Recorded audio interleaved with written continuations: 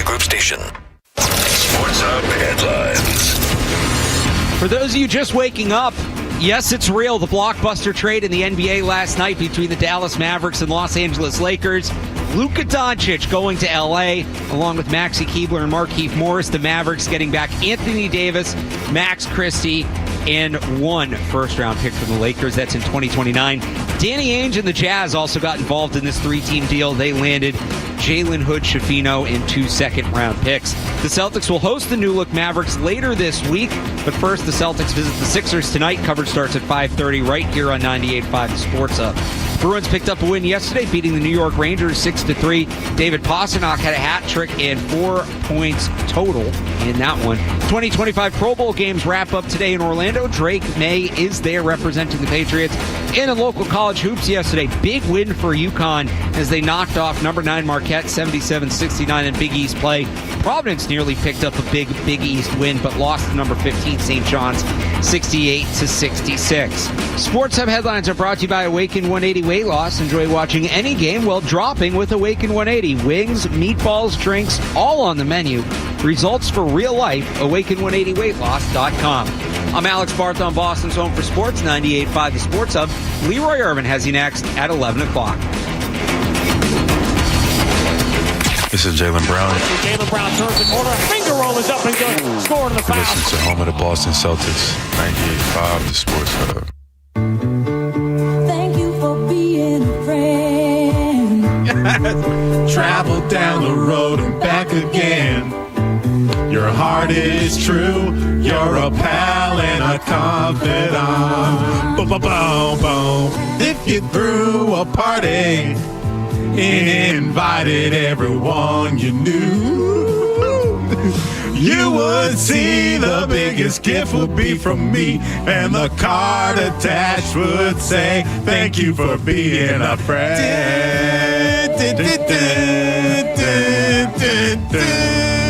I love that show. That you just got to let it ride out a little bit, huh? And you know what, Joe? I appreciate that you know to just let it breathe. Man. Well, Leroy, there was a time previously in our lives where... Previously on Leroy and Joe Show, you were amped for the NBA Finals. Yes, sir. And this was like our mantra. It was. I was in here punching the air. And it went viral. Oh, it did. Well, it got played everywhere. It did. On the other shows, it went wild. Right? Yep. And when we hear it now, it's like I still think about that. I still get excited. And Joe, I'm so glad you brought that up because I want to remind people, I want to remind myself, remind you.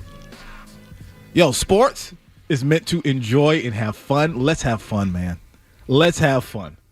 It's too much other craziness going on. Let's have fun with sports. Don't forget that.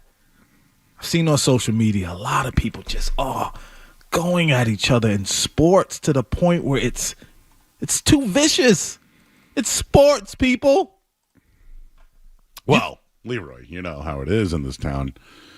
You know, people will call you names or attack your appearance Oh my God. Whenever they, feel like they might be losing a debate or, might even call you a bitch. Right. Who knows? It might happen. My God. It might happen. Like, breathe, people. Relax. I'm not saying you shouldn't have a difference of opinion or you can't debate. Absolutely. But y'all just too angry for me. I'm sorry. Well, this is Joe Murray and Leroy Irvin live. And we are live on YouTube, everybody. What's up? Yeah, I just popped it in there and everyone's happy. What's up, y'all? KB's in there. I don't know if you know any of these people. The infamous Sneak Attack. Okay. I kind of like these names. Yeah. There's just a plain old David in there. What's up, David? Harry Chronic Jr. You gotta love people, man. I love that name. North of space, Mike Larry. Okay. Brother Bluto. I like that. We won't say that name. Okay, be careful. Yes, Chop Johnson. What's up, Chop? Everyone loves Leroy. Everyone loves when you dance. They saw that. Well, yeah, I mean, this is what happens when we're on Tristian, what's up? Yes, all you got to do is go to youtube.com, search the Sports Hub, and bing, bang, boom. 93 people watching right now. Beautiful. It's the carryover effect to Alex Barth and Cerrone Battle. So you get them, and then you get us. Nice. This is that week in between the Super Bowl where you feel like it's a dull time. But was it a dull time? Was this a dull week, you would say? No, absolutely not. And this is the part that I'm talking about. Again, going back to everybody, like, relax, breathe a little bit. Sports rarely has a dull time. It rarely has a downtime. There is plenty to talk about. And then for me, I went to bed. No, actually, I went to the movies last night. Tina and I, we went to the movies. And then got home around maybe 11:30, 12 o'clock. Long story short, I went straight to sleep. But then to wake up this morning to some of the news that's going on in sports, it's not dull, Joe. How can you not wake up to the news this morning? And I won't tell you what it is because I'm going to let Joe, you got that. But just be excited. There's too much to talk about. So much. Well, locally here, the Celtics, I think, are involved in some of the news that happened. The Bruins won yesterday despite the way they have played this week. The Patriots are adding more to their coaching staff and also changing their defense. So going in a whole new direction there, and we're still got nothing on the Red Sox. Just nothing. Nothing at all. No, they start up soon, right? Truck Day. Did Truck Day already happen? I feel like we would have is saw Truck it Day? on the news. I haven't seen it. Have you on ever the went news. To Truck Day? I feel like that's a you thing. I feel like you would go. I would go to Truck Day. No. I'm not going to no Truck Day. I feel like this is something you guys could do on the Get Up Crew. No, it's too cold. Truck Day is tomorrow. Get out of here. That's right on cue. I did not know February that. 3rd, approximately 2 p.m. Jeff Williams here today. People love Jeff in the chat, too. People said we're just here for Jeff Williams music tapes. Yeah. So there you are. The Royal Rumble was last night. I missed it. I think we can react to it. Well, just this first segment, we kind of just like the warm-up act. You know, when you do calisthenics before, you got to stretch a little bit. You know, you got to get right before the real exercises here. But the Royal Rumble, I liked it, and Jeff, you saw it too. So Leroy is a wrestling fan. He just he didn't see it, but we are officially on the road to WrestleMania. 76 days away, but who's counting? And for the record, it was on Netflix for free. So it was on Peacock, but Monday Night Raw is on Netflix. Okay, see, I thought it gets a little confusing now. Okay. You're right. Last night I went to Netflix to watch it, and then I had to go to Peacock, and then it said, you need to upgrade to premium, and I said, I ain't doing that. So I watched it on a stream. Oh, Lord, here we go. Because that's how you bypass things nowadays, But does that ever happen to you? You go to watch something or click on something, but then you need to download an app. Oh, yeah, all the time. Or like now you got to put like your credit card info before doing it. Yeah. I'm into the hobby. I love card shows. I did a card show yesterday. But whenever you want to buy cards online now or do auctions, you actually have to like download the app first. You download the app. Then you have to like put all your wallet information into it. Oh, Lord. So it's like you can't just watch. Right. You got to put all your information in. And then you can just literally slide a little button and it just comes right out of your bank account. And then it comes right in the mail. They got you. They're in your pocket. Oh, yeah. Big time. So everything now, everything you do. Like I said, if I don't care for Peacock anymore. I don't want Peacock.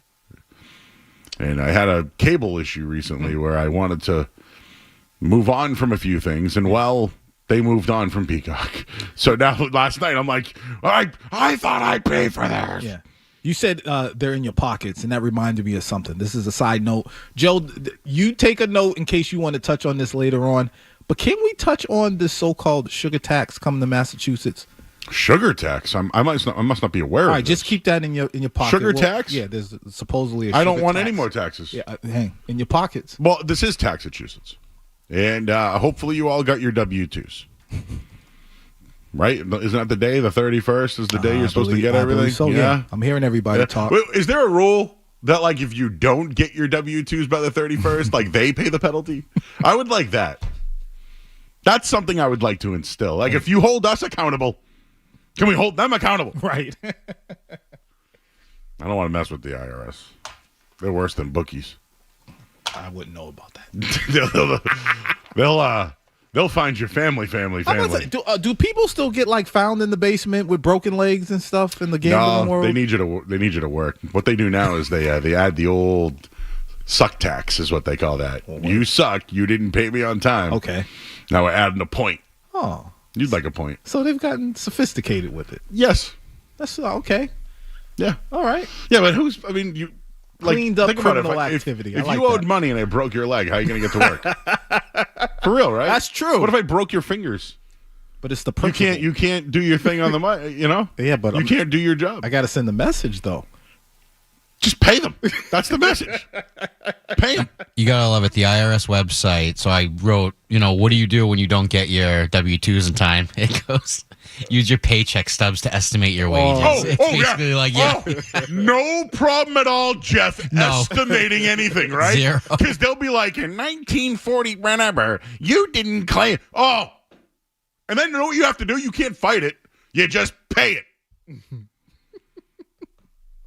For real, this is relatable, right? You ever just get the thing in the mail and it's like, yeah, but you didn't claim something from da-da-da. And I'm like, dude, that was like 5 years ago. Right. And it's like, you owe $468. What do you got? So what, I'm going to call them and be like, yeah, hey, what's all this about? Yeah, there was just, an error. And we went through it and you owe us $400. There's nothing I can do about this. Nope. And you just have to send them the money. Yeah. It's like if they need a boost, they just... Ready for this one? I just got this email. Okay. Talk Luca, not Sopranos, bookie boy. Oh, hush. See what I mean? I literally just said, hey, you guys got to relax. It's we weren't even talking Sopranos. We weren't even right. Sopranos was a family. Oh, my God. Sopranos was a family that lived in a great home. Talk, Luca. And he had a room at a strip joint. We'll be here until 2 o'clock, people. It's not even 10:15. I don't get it, Joe. I don't know how you can wake up and be on a warpath to just be angry. I got a lead-off take, though. Jesus. I got a lead-off take. Mm-hmm. There are going to be some other shows that aren't going to like this one. You know who they are. I have been preaching the motto that when the Celtics are right, Leroy, when they're right, because I'll admit that they haven't been right, but when the Celtics are right, they beat you, every team taps out, and then going forward, they all change the dynamic of that franchise. So I'll give you a couple of names. Jimmy Butler. Although Jimmy Butler didn't play last year. Although the Celtics beat the Heat. They are going in a different direction. Jimmy Butler suspended indefinitely, and it has ruined their season and potentially could ruin their future. I credit the Celtics for that. Who did the Celtics beat in the NBA Finals last year, Leroy? Dallas Mavericks. Luka Doncic got hurt on Christmas Day. Celtics beat them recently. They're, middling team in the Western Conference. And they looked ahead to their future and said, we got a top 5 player in the league, max contract coming up. Already lost Jalen Brunson a while ago, right? Hey, this year, what we do? Let's go get a splash brother. A guy on his back nine. Bring him in. Put him on the team. With Luka and Kyrie. So, my take is, and this is just what it is, and nobody's going to like it, the Celtics break people. They break you down. You tap out, and it changes your franchise. And it has happened once again with the Dallas Mavericks. I've been consistent on this. You have. Last year in the playoffs, say what you want, Miami. Donovan Mitchell tapped out game set, or whatever game it was. Tyrese Halliburton tapped out. They all tapped out. And now the Dallas Mavericks have tapped out. And I credit the Celtics. So you're saying that the Celtics are the equivalent of Bret Hart in wrestling. He puts you in the Sharpshooter. The sharpshooter. The Celtics put teams in the sharpshooter and cause them to tap out. That's right. And I've given you how many teams now?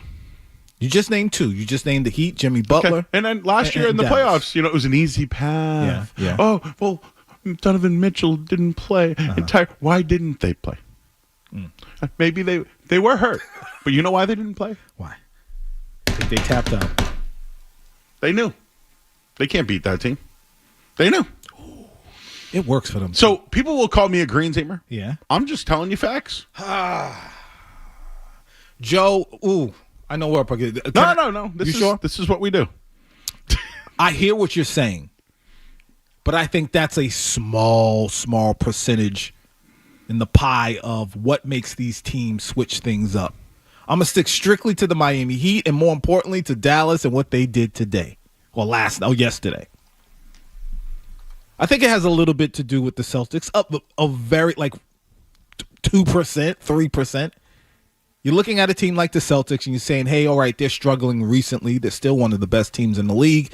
And if they are healthy and if they do get it together, which most people believe they will, that's a team that you're kind of worried about.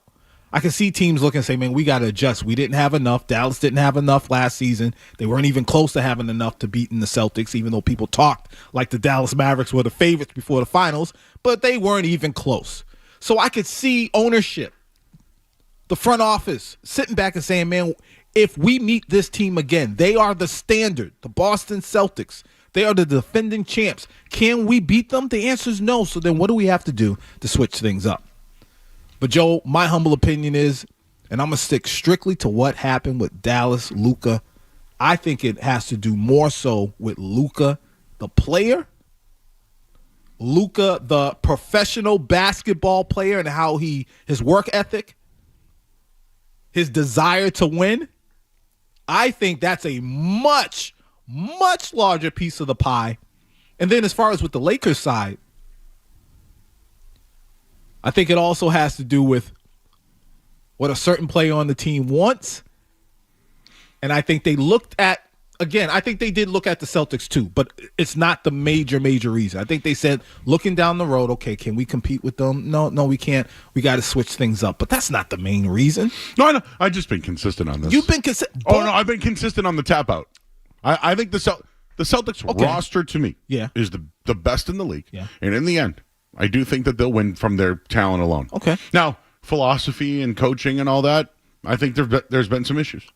And do I think teams fear the Celtics like they used to last year? No. Not yet. No. But that's just what I'm saying. Mm-hmm. Since Porzingis has come back, the first 5 games, they went first 10, 5-5. Now they're 5-1. Mm-hmm. He's the hottest shooter in the league right now. Oh, yeah. Tatum hit a clutch shot. Yes, he did. But he's not clutch. You know, you're going to hear all these things today. I just want to let you know that one team that went to the NBA Finals last year, and for those who don't get it, the Dallas Mavericks have traded Luka Doncic to the LA Lakers in exchange. A 25-year-old Luka Doncic in exchange for Anthony Davis, who's 31 years old. Have it make sense to me, please. Yeah, this is one of the weirdest trades. A top 5 player in the league that just went to the NBA Finals is getting traded to the Lakers when there wasn't even a bidding war for him? No. But here's the deal. This is what I was saying earlier, Joe. Luka being a top 5 player in the league, I'm not going to argue that at all. He is, talent-wise. But is he a top 5 worker? Is he a top 5 effort? Oh, I have such a hot take on this one. Is he a top 5 taking care of his body and being prepared? I will tell you this. I'm going to say this right now. I know what you're going to say. I know what you're saying right now. Okay. I don't care if Luka Doncic is 350 pounds. Okay. He's a top 5 player in the league. Yeah. I don't care if he's 400 pounds. Okay. He is a top 5 player in the league. Mm-hmm. They made the stupidest trade. They just traded a guy that they could have forever. And I'm telling you right now, I'm hot right now. Okay. If the new Celtics ownership does any of this crap with Tatum or Brown, you'd be pissed. You'd be pissed. So just look ahead to this. I didn't want to start this hot. I did not. It's Sunday morning. I'm yelling. Yep. Relate this to Boston people. Yeah. Please bring this around to what could happen here. Imagine your stupid ownership moving on from Tatum and Brown without a bidding war and just giving away young talents for 31-year-olds out. See, stupid. Joe, this is where I disagree with you at. I don't think the comparison is Jaylen Brown and Jason Tatum. I'd be with you if you said Porzingis. And the reason why is because both Anthony Davis and Luka have health issues. That is one of the major things. People clown both of them for not being able to stay on the court, for not being able to remain healthy throughout the season. Their conditioning, their approach to being in shape has been questioned. The only player on the Celtics that people do that about or worry about is KP. So that's the person who I would compare them to. Of course, obviously, if the Celtics got rid of JT or JB, I'd be like, what are y'all doing? They are top-tier talent. It's a special case for Luka because the guy is great. He could actually be the best player in the league if he would just put in the work. He doesn't put in the work, Joe. That's a major piece. That's a major piece, Joe. Yep. I think that if you are looking into that, you got problems. Leroy, I'm telling you right now, in that league, doesn't matter if you're 5'8", 7'4". If you're good, you're good. I think it does. If you're Joe. good, you're good. Listen. There's a lot of people. There's a lot of people in the league that might be out of shape, can still ball. If this is about Luka Doncic's weight, I'm sorry, but you're an idiot. I think that's part of it, but I think behind the scenes, I wouldn't doubt if they're like, yo, he doesn't have or show leadership qualities. He doesn't. Everyone else is in here preparing, getting themselves together. This guy shows up game one out of shape. How did Dallas get to the finals last year? Luka and Kyrie coming together and balling. And Luka, right? Yes. Okay. So now you've taken Luka out of Luka and Kyrie. Who from time to time during the finals would limp around because he was Because the Celtics did that to him. The Celtics did that to him. Yeah, but the Celtics didn't do that to him this season. It's a repetitive thing with Luka. They bailed on Tuga. Tuga. Yes, I'm triggered by Tuga Rask. But should we call him Puka? Puka now for fat. This is the stupidest thing I've seen. This is just, again, if this was Tatum and Brown, like at least Sacramento has made it known that De'Aaron Fox is available. The Heat have made it known that Jimmy Butler's available. Bradley Beal will waive his no-trade clause. Right? So now you have teams actually interested. And with Luka Doncic, 25 years old, they screwed him. I'll tell you why on the other side. No, they did, yes, and I'll tell you why. Okay. Leroy, let's just say you were up for, let's say a here at the old radio station. Say your contract's up in March. Let's just hypothetically say it. Yep. You're up for a Supermax, but they traded you. And now you get no Supermax. They moved you from 96.9 to country. Okay. You don't get your Supermax. You've been waiting for that Supermax, right? You've been waiting for that Supermax. Yeah. Now that they've traded them? Oh, I got a response to this. No more Supermax for Luka. Okay. No more? Okay. They screwed him. They screwed him. So again, just like wrestling. Okay. What's the old term there, Jeff? Luka screwed Luka.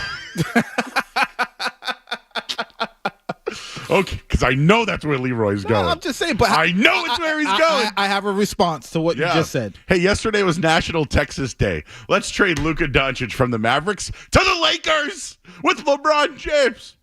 It has shook the sports world. We're here all morning long. I'm Joe Murray. He's Leroy. You're listening to 98.5 The Sports Hub.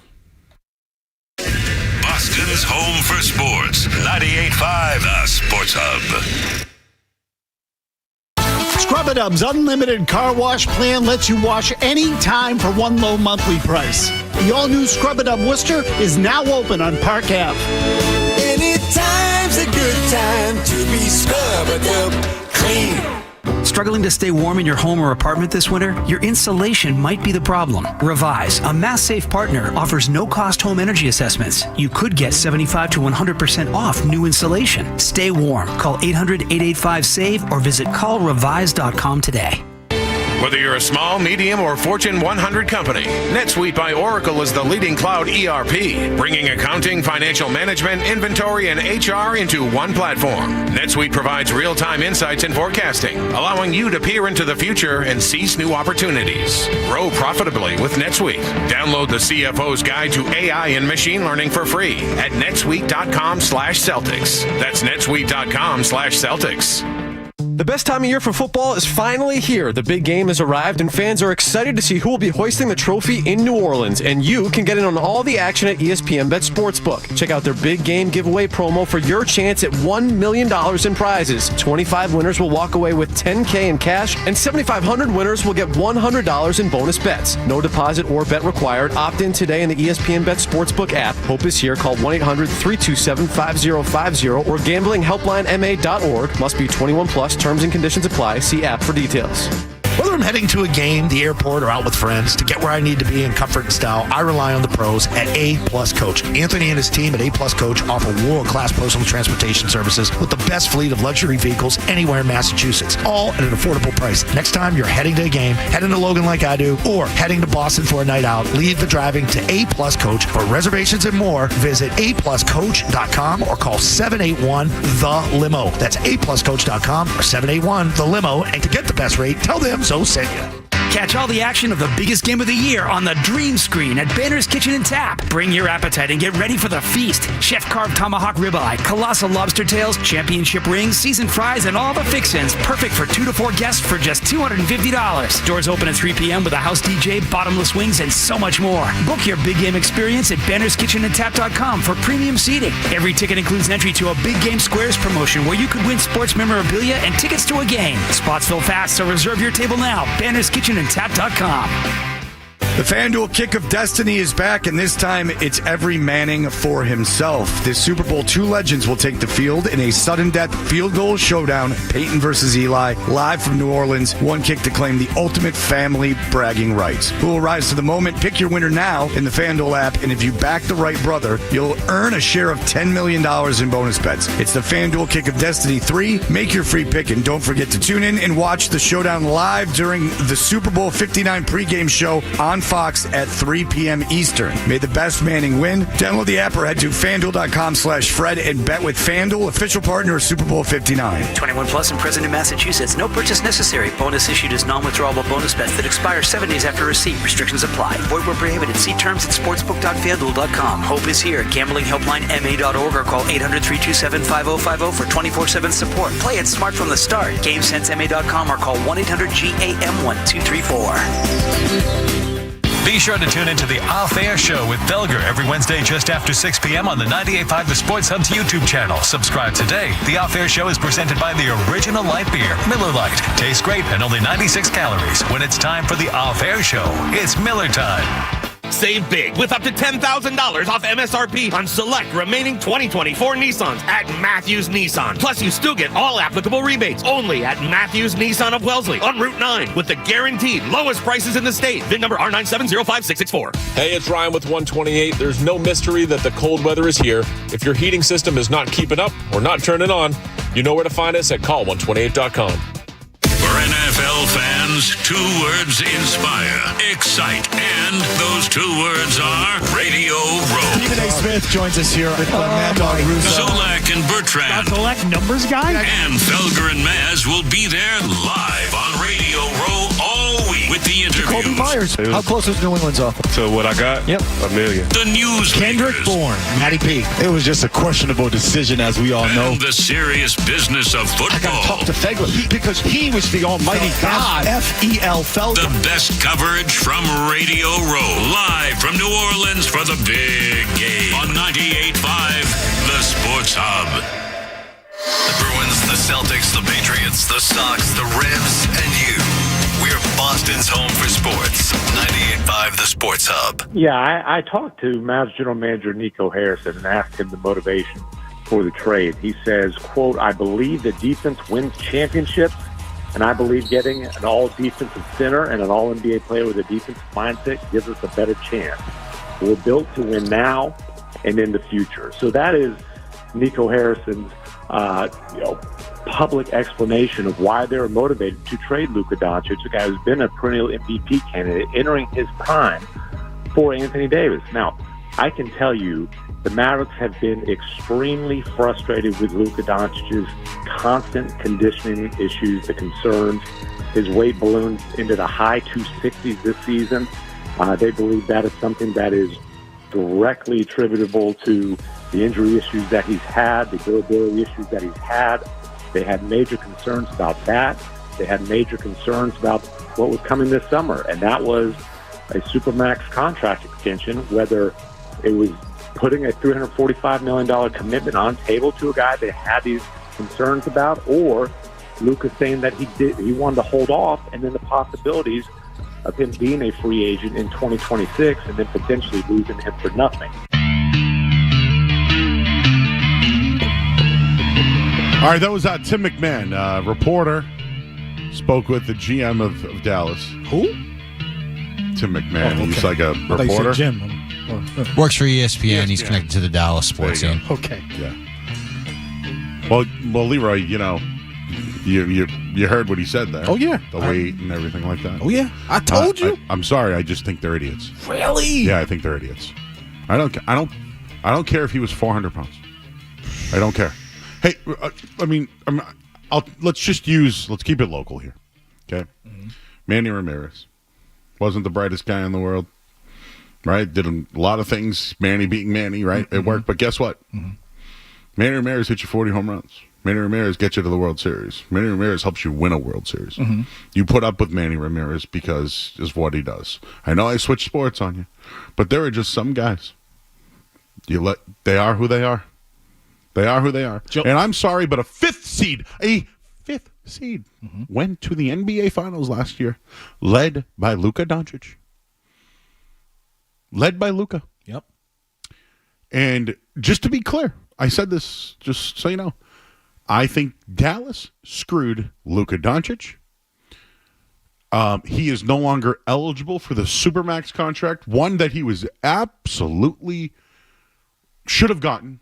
And I just want to relate it back to here. The Celtics could have done this to Jaylen Brown if they wanted to. They didn't. They gave him this. They gave him the max, Supermax, or the max, whatever it was. They did it to him.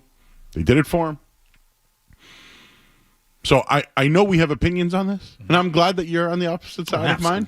Big time. I don't care how fat he is. I don't care. I don't think he's fat at all, personally. Out of shape. Just out of shape. That's fine. Yeah. There's a lot.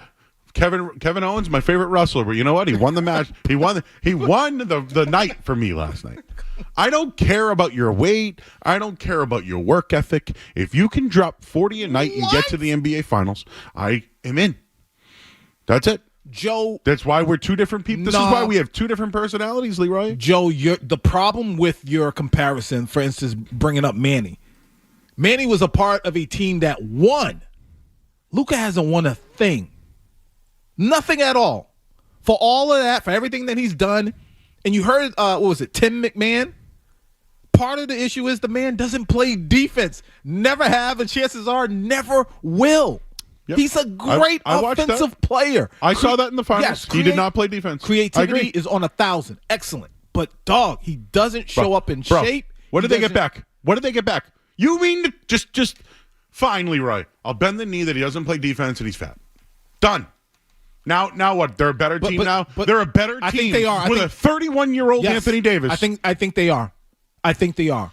And a part of the problem is Anthony Davis as a player gets downplayed or has been for quite a while because he plays with LeBron. So people always give LeBron all the credit and just overlook Anthony Davis.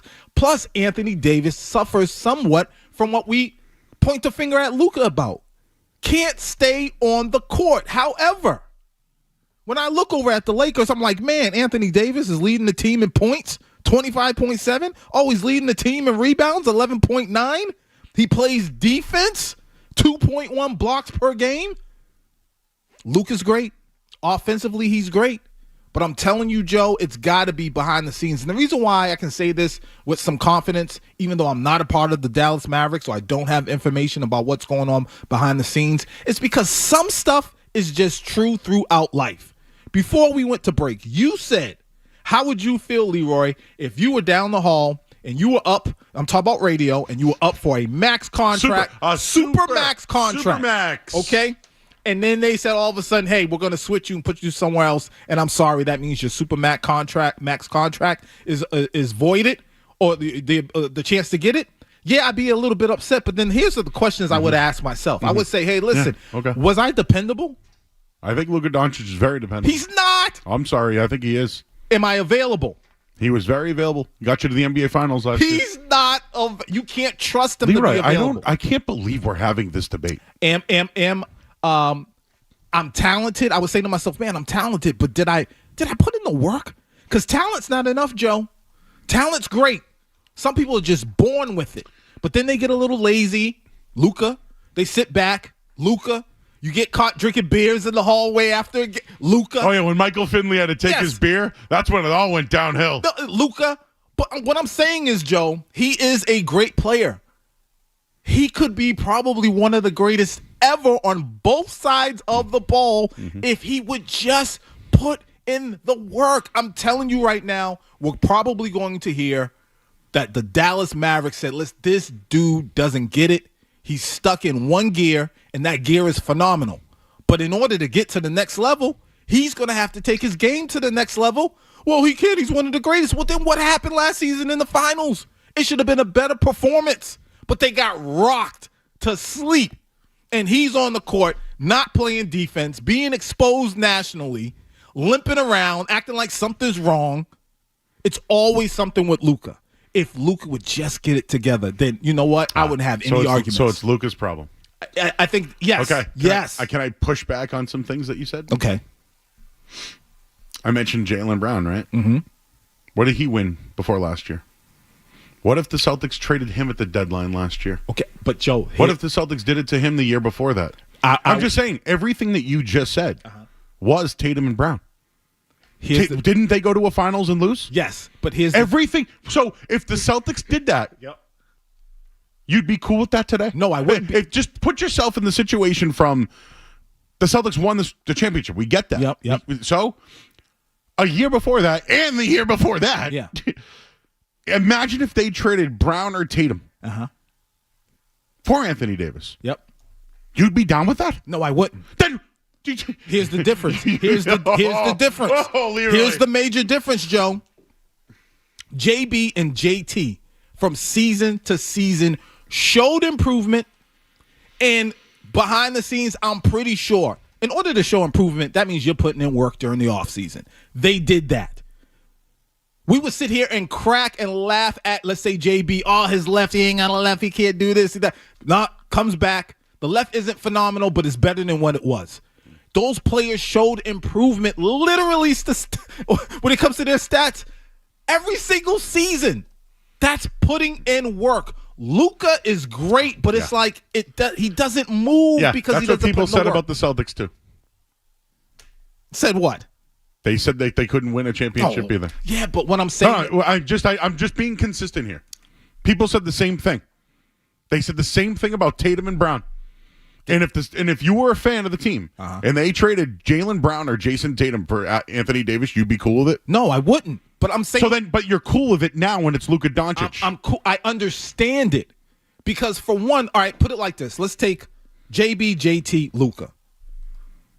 Who's the worst defensive player between those three and has been?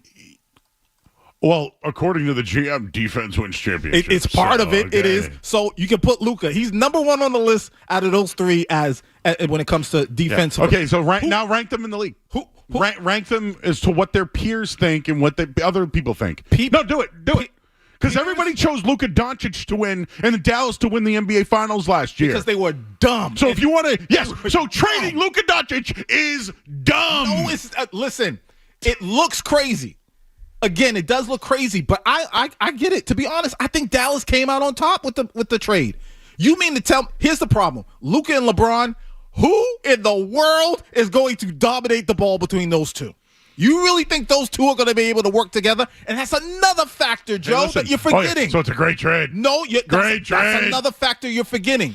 As great as Luka is, he commands the ball way too much. You know what? That's going to prolong LeBron's career, and it will probably work out. You know why? Because Luka is the star. Listen, I love this. You're on one side, I'm on the other. I feel like I'm trying to relate this all to with the Celtics. Yeah.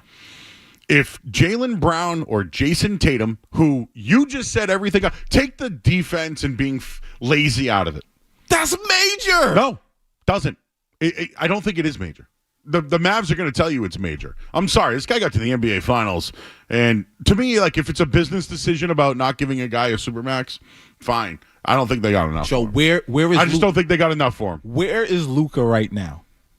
He's injured. It's the when the season starts. When it comes to the NBA, someone just said Joe's nuts for saying I don't care about work.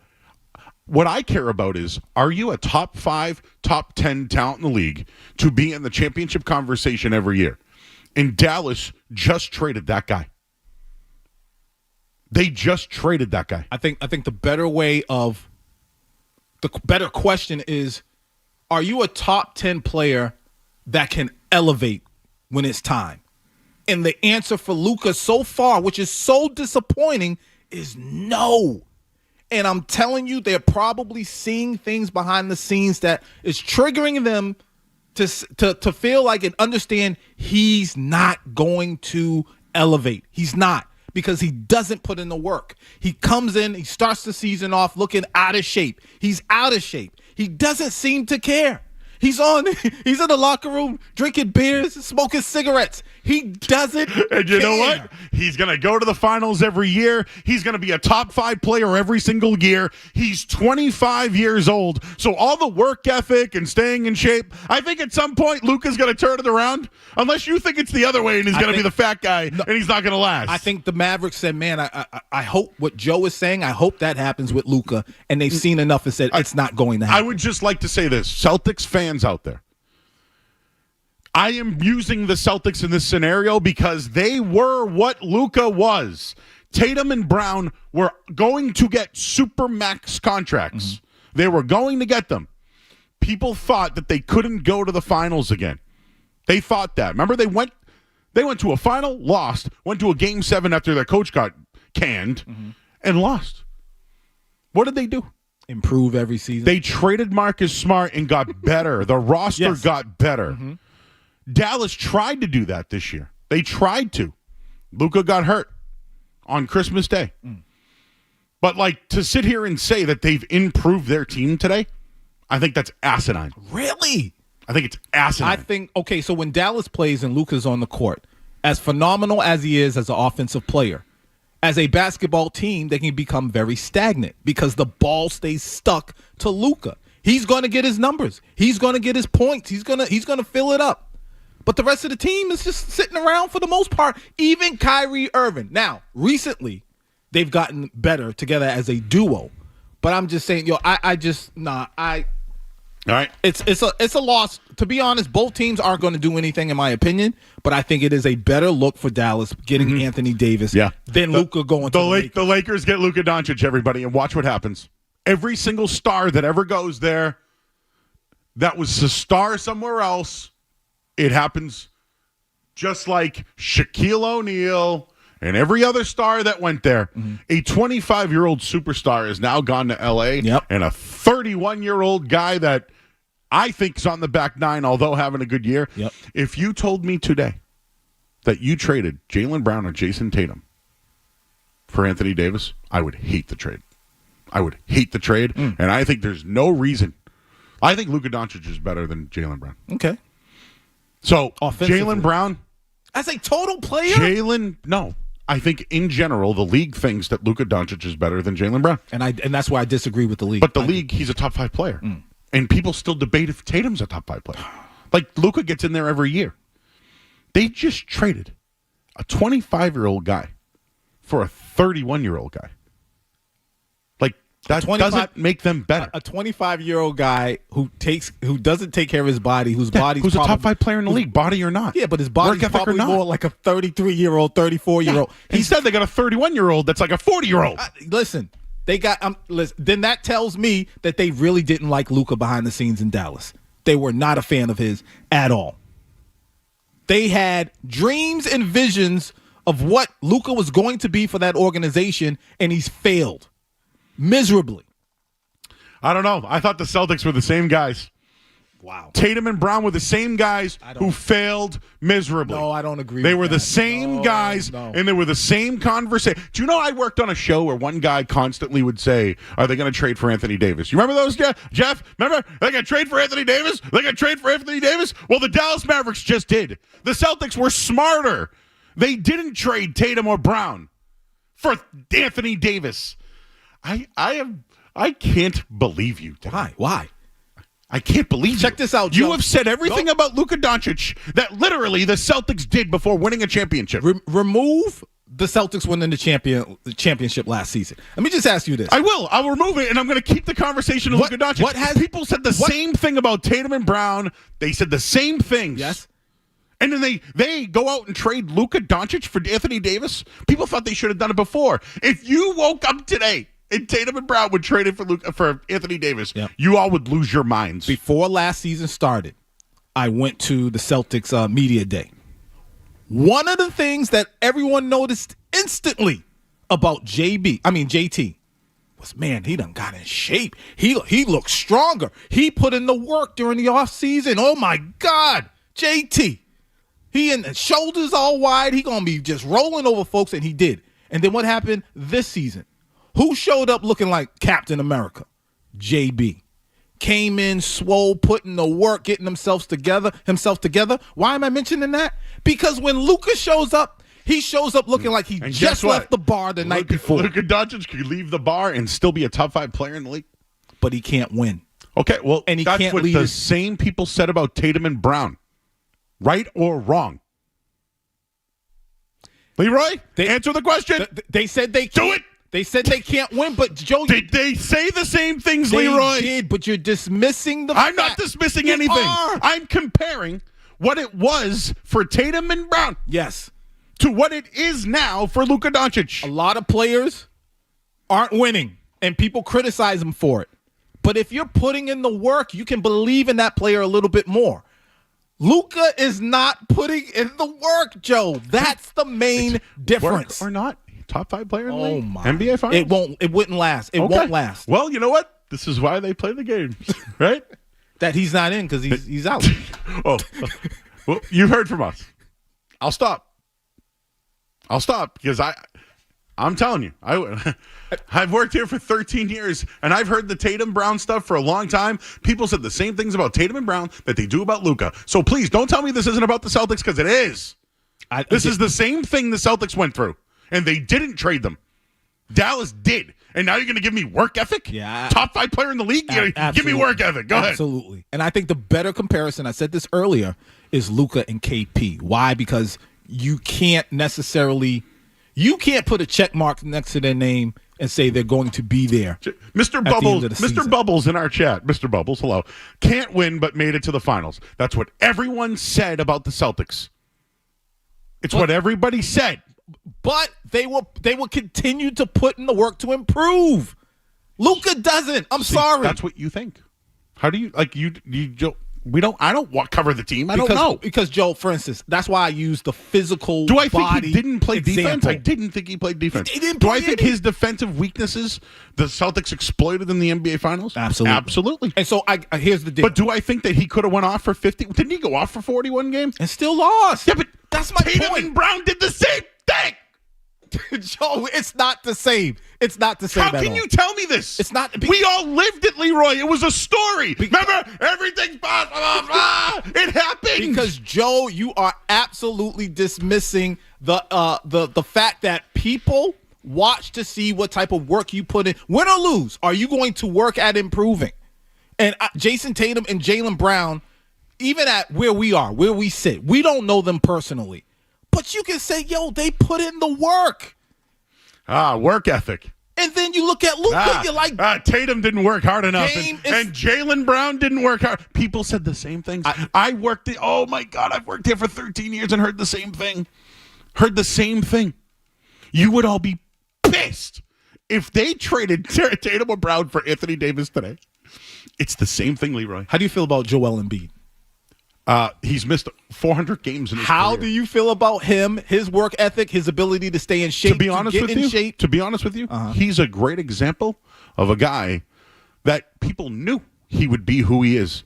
What do I think of Joel Embiid? He's exactly who I thought he would be. And the difference, a great player that can't stay healthy. And the difference between you and I is that I put Luka under the same umbrella as Embiid. That's the difference. I don't put Jason Tatum or Jaylen Brown. I've never put them under that umbrella. Just so you know, don't make this about Tatum and Brown can play defense and Luka can't. This is about two guys that were up for supermax contracts that went to the finals and couldn't win. People said the same thing about Luka Doncic. They made the trade. The Celtics didn't and won a championship. So I just think that this was a really bad move for Dallas. And you know what? I think it's a great move for the Lakers. Oh, wow. I totally disagree. I'm on the opposite end. Here we go. Sorry. You heard from us. Let's hear from you coming up next here on the Sports Hub. More Joe Murray coming up on the Sports Hub.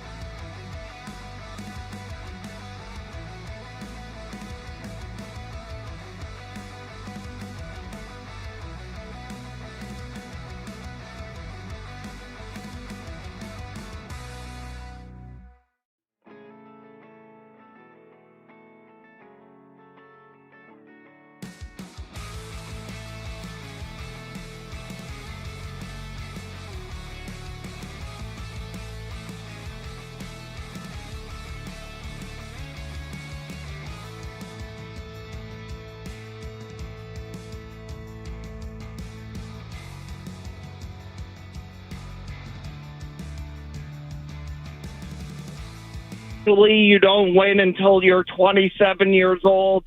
Even though he was playing on one leg, he played much better defense than he has in the past. He played pretty good defense in the playoffs last year, and they were one of the top defensive teams all year long. So in terms of JT and JB, I wouldn't trade JT for anything but JB. I'm trading for either SGA, Giannis, or Jokic. Those are the only three players I traded him for. And one quick food-related item I think Luca would appreciate. My girl made me for her birthday, which was awesome.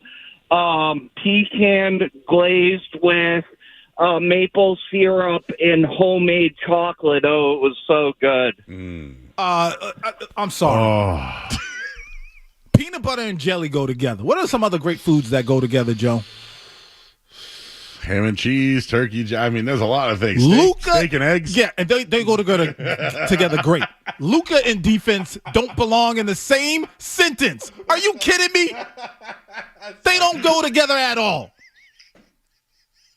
We watched the finals last year, and folks were on TV criticizing Luka for his defense. And then I can't remember what game it was. Maybe it was game 3 or 4. Remember Luka came out there moving and being all active, trying to show like he's playing defense. I remember. Still got rocked to sleep. The team lost. I know. Y'all need to stop. Oh, no. I will sit here and tell you that Luka Doncic's poor defense was the reason why the Celtics exposed Dallas. No, I agree. I'll agree with that. But what I will not agree with is moving on from a 25-year-old when people said the same things about Tatum and Brown. Stop, Joe. I ain't dying on that hill. No. I'm going to die right on it. Here's the issue. I ain't going off it, Leroy. I'll be here until 2 o'clock today on that hill. This is what I don't like. You want me on that wall? Here it is. You need me, Joe, on that wall, everybody, because you said the same things about them. We are living in the NBA 2K era.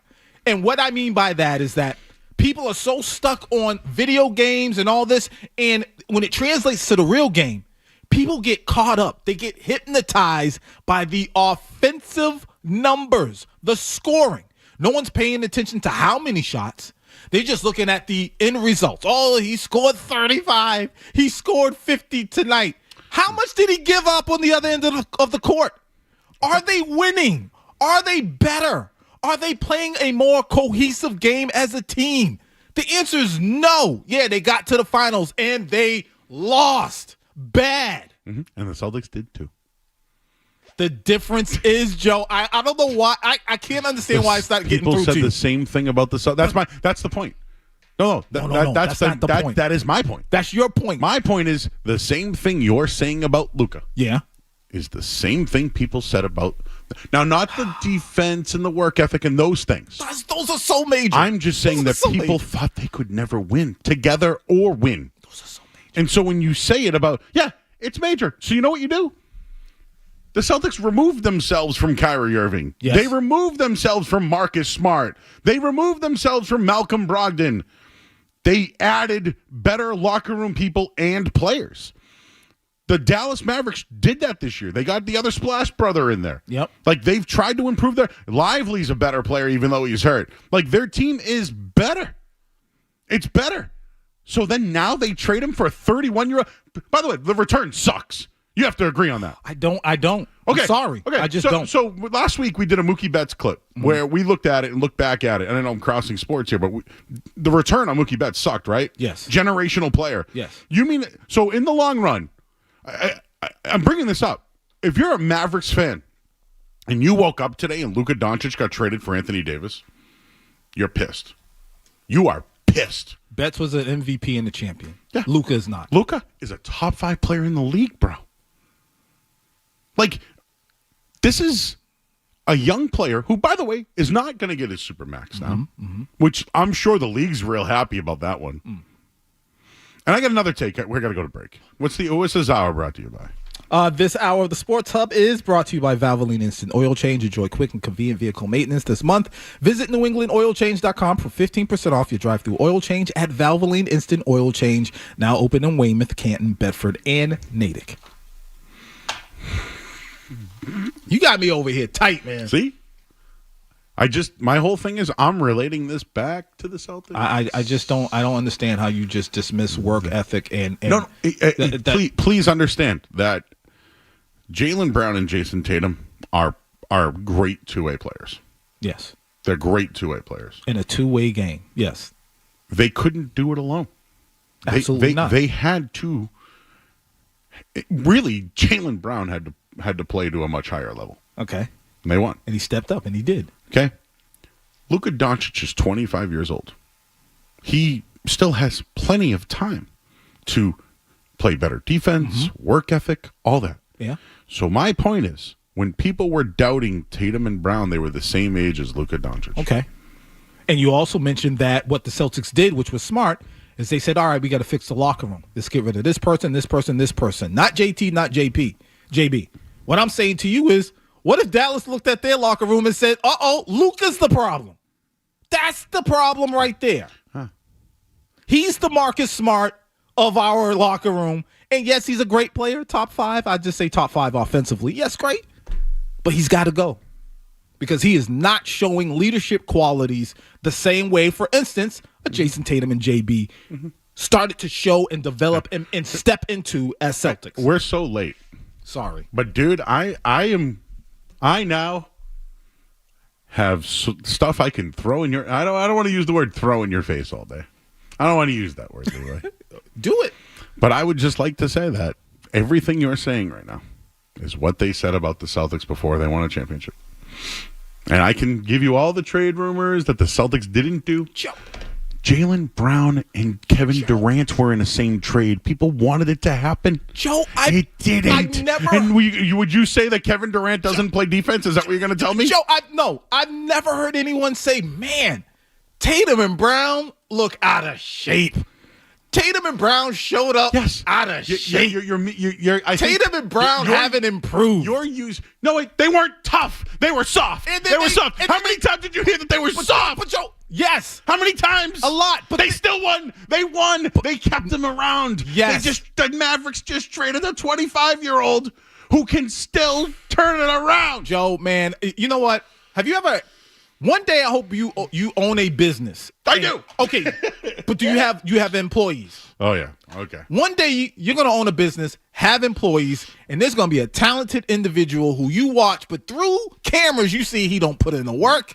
He takes shortcuts. He's out there having beer breaks. And you're going to be like, man, this kid over here who's working 1,000 times harder but doesn't have the talent, I got to keep him because this guy thinks he's it, and he's not putting in the work. Get him out of here. Wrap this thing up. NBA Finals. Top 5 player in the league, NBA Finals. Lost. I have a take. I have a lot of takes, but one's about ownership. We'll get into that. Leroy's going to give you the headlines. I swear we'll go to the calls. We good?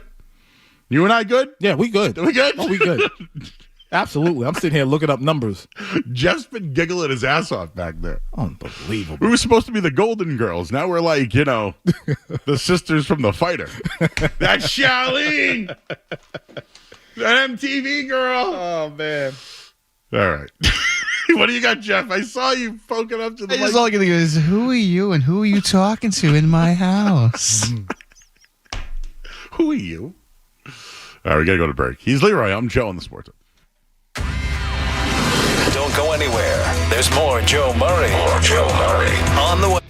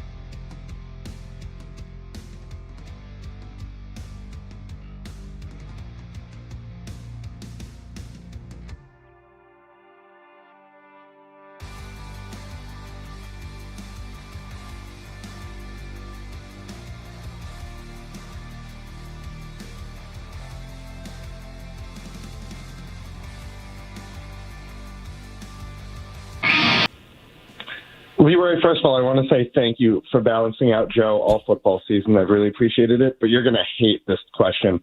Joe, you're the only one on the station I can ask this for. I still have the memory of that Sacramento series from 20 years ago in my head. Do you think this was fixed to boost the Lakers? It feels like they're the media darling. This is going to get all the eyeballs. This is going to be a big story now. Was this fixed? Okay, let me give Leroy some credit. Last week, we didn't. I brought it up on my show, but I'm going to do it here on the weekend show. But last week we were talking about the ratings being down in the NBA, and I've been looking at it. But the Celtics 3-point attempts have gone down 2%. Okay, but it's down. Still right? down. It's down. I haven't looked at the rest of the league. I want to. I want to see if the rest of the league's down. But I thought it was a good point. The ratings are down because maybe there are too many threes. Maybe it's harder to watch, or it becomes unwatchable because they shoot so many threes. So I give you credit for that because you were the one like, interesting. Ratings are hurting. 3 points are down. Like, could it be it? And then the Celtics had their struggles. Well, one thing that I think with Dallas that is different here is Mark Cuban is no longer the majority owner of the Dallas Mavericks. And to your point about work ethic and all this stuff, does their ownership group look at it and say, well, this guy got toasted on defense in the playoffs. Yeah, he's a top 5 player in the league, but we don't want to give him a supermax. Yeah. I think folks got to remember the money has gotten ridiculous. Now, correct me if I'm wrong, Joe. Isn't part of the reason why the Celtics are up for sale the money is just for the current owners? It's just too much. Yeah, if they buy the team for $6 million, now they have to add another, let's call it $300 million to pay for a tax. Right. $6 billion, excuse me. $6 billion. So here's my thing. What if with Dallas, and what if this is going to be something across the NBA, maybe even in sports? The money is getting so big, so outrageous, that it's like, man, we really, we would sit back before, and I'm talking about ownership. Maybe they're like, man, we would sit back before and we would say, all right, this person deserves it. Does this person deserve it? We can give it to him. Throw him a little extra something. But the money is so outrageous now that even these billionaire owners are saying, wait a minute, hold up. I like my money. Do I want to invest in this player? Yes, he's a great offensive threat. He gets eyes on the game. People love him. Oh, they love him in Dallas. But will it translate to a championship? Because we see how he conducts himself behind the scenes. Personally, and obviously, I am not a billionaire owner, but if I were, and I could just scale it on down to little old Leroy and just the average everyday person, I want to give those type of contracts, major contracts, to not just talented people, but talented people that show that they are willing to put in the work. If you're not, I like my money. I'm not giving it to you. No, my whole thing's twofold, though. Yeah, if that's how ownership felt, great. I feel like you could have got a better return. And I guess, and here's the other thing. The Lakers somehow got Shaquille O'Neal. Like, I don't know how, if you want to watch the Orlando, there's a great documentary on the Orlando Magic. Oh, yeah. Where they didn't necessarily give Shaq the deal. They were going to meet him. And when they went to go meet him, well, Jerry West already had Shaq on an airplane in L.A.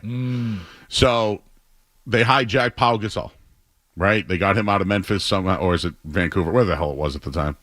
One of the Grizzlies. But they hijacked it.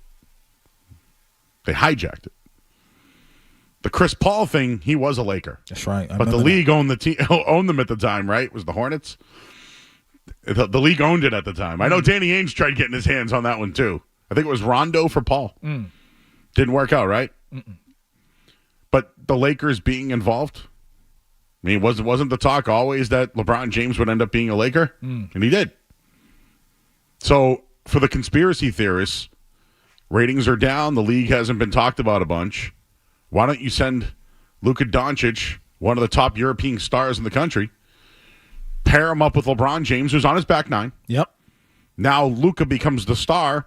LeBron can still do his thing. So they're both not ball dominant here. Like, I think it will work. I don't think the lively Anthony Davis, their bigs with Kyrie and Klay Thompson. I think Klay Thompson's washed. Yeah, I agree. Okay? So, Dallas got worse. And you know what? Really? Do you know the Boston Celtics got more first-round picks for Marcus Smart than the Dallas Mavericks will get for Luka Doncic, who's 25 years old?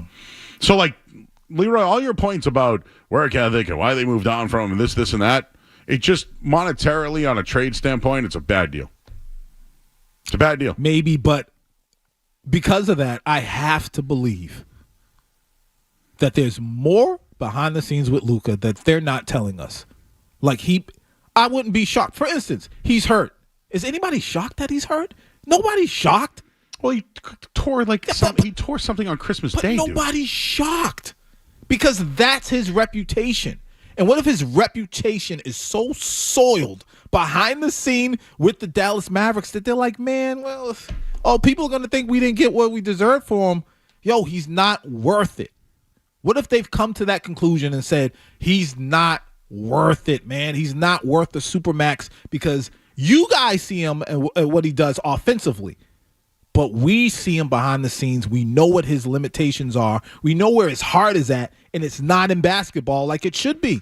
I think the Lakers are back on the map. I think that... I don't know. There is going to be a lot of European Laker jerseys out there. Oh, so you're talking I think money-wise. I think this is huge for the game. Oh, yeah. Okay, yeah, I give you L.A. Lakers versus Dallas Mavericks. Yeah.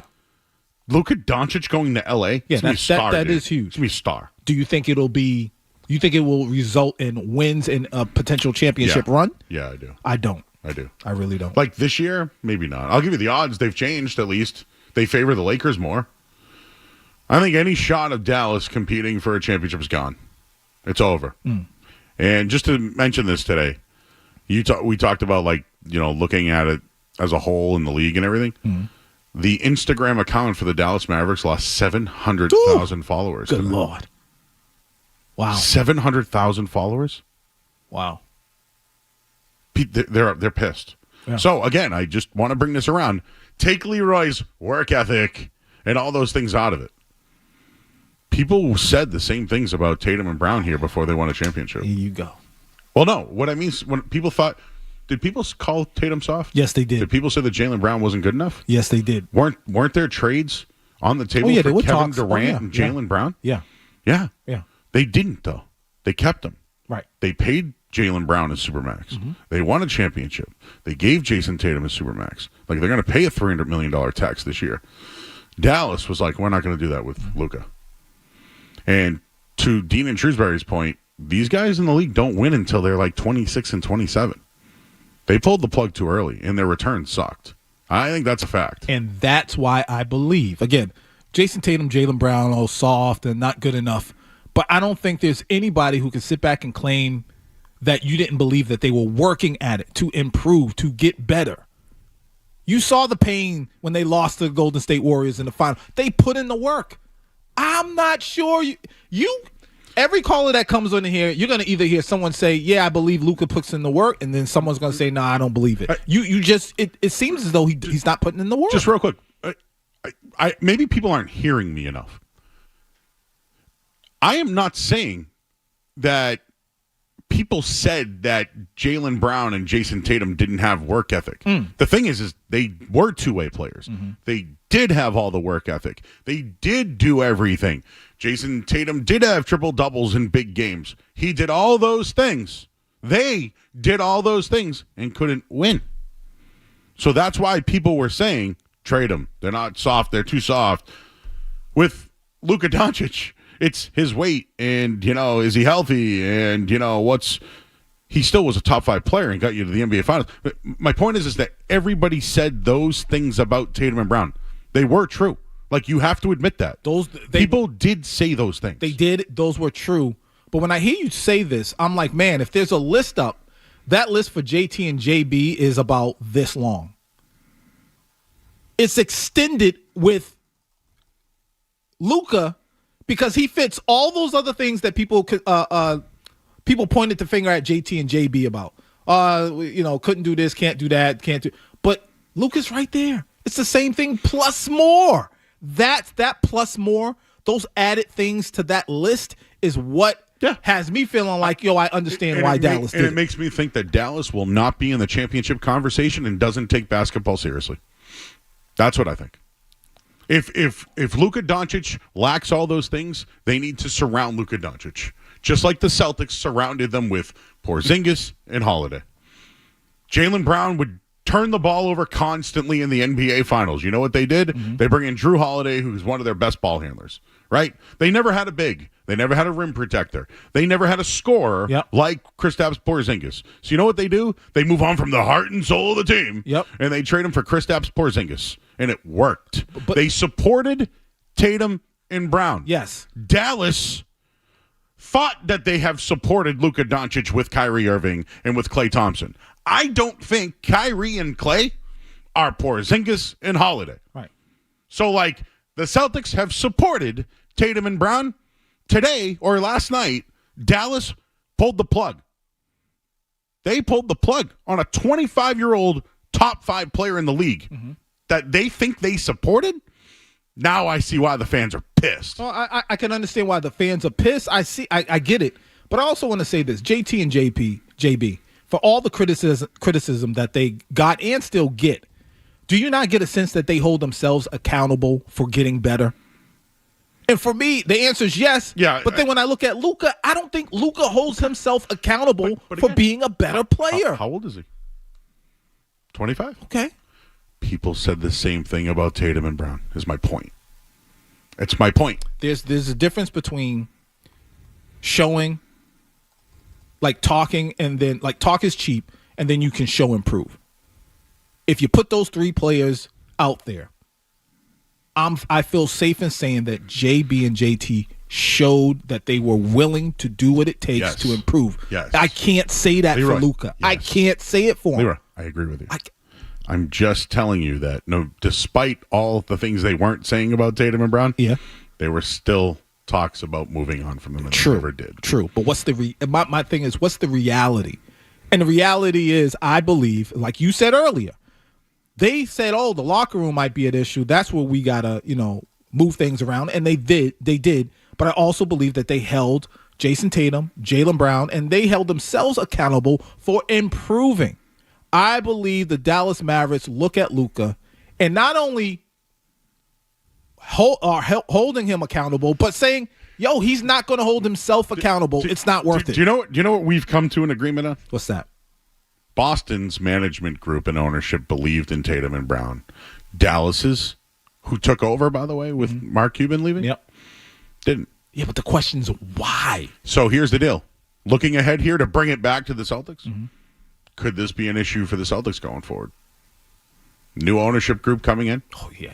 The money part, yeah, absolutely. So this might be the first domino of what it could look like for the Celtics.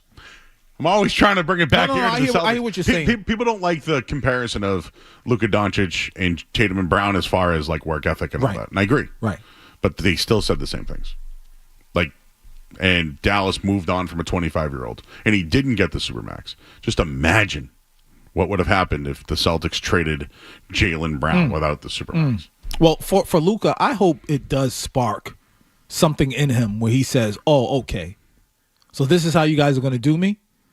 I'm going to go, when I get back, I'm going to be in the best shape of my life. I will never be out of shape again.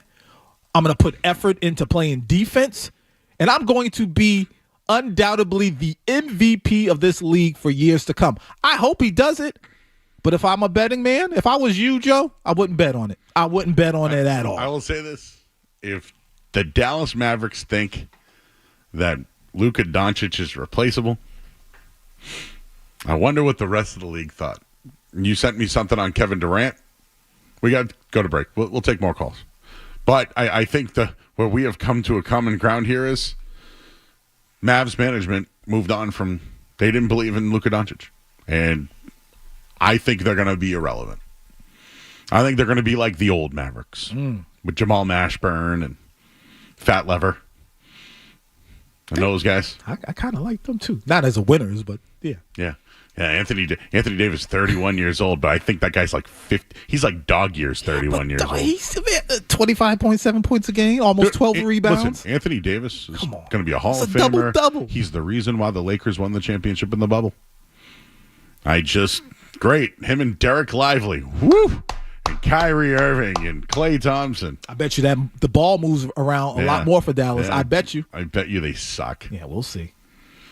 And those draft picks, right? Because they're over the luxury tax, and they can't get the first round pick from the Lakers. Is going to be solid when they're playing in the Western Conference Finals. Real quick, also with the Lakers, I do like how if Luka does decide to get it together, the Lakers will have set themselves up good for life after LeBron.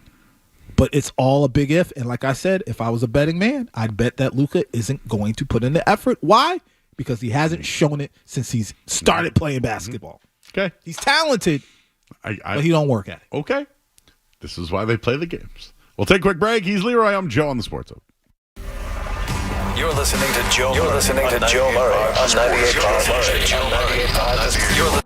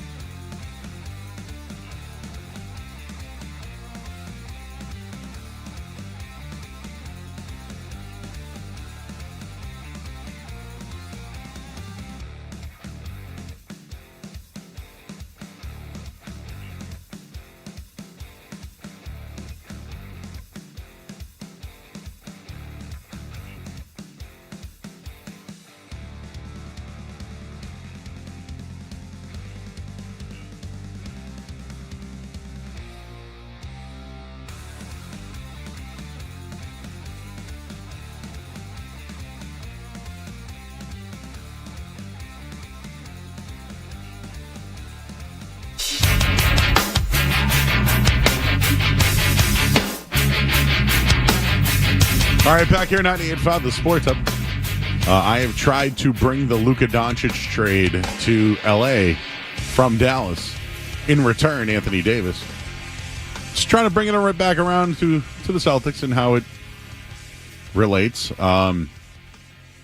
Leroy makes great points that JT and JB never were considered guys who didn't have work ethic or conditioning issues, and both played defense.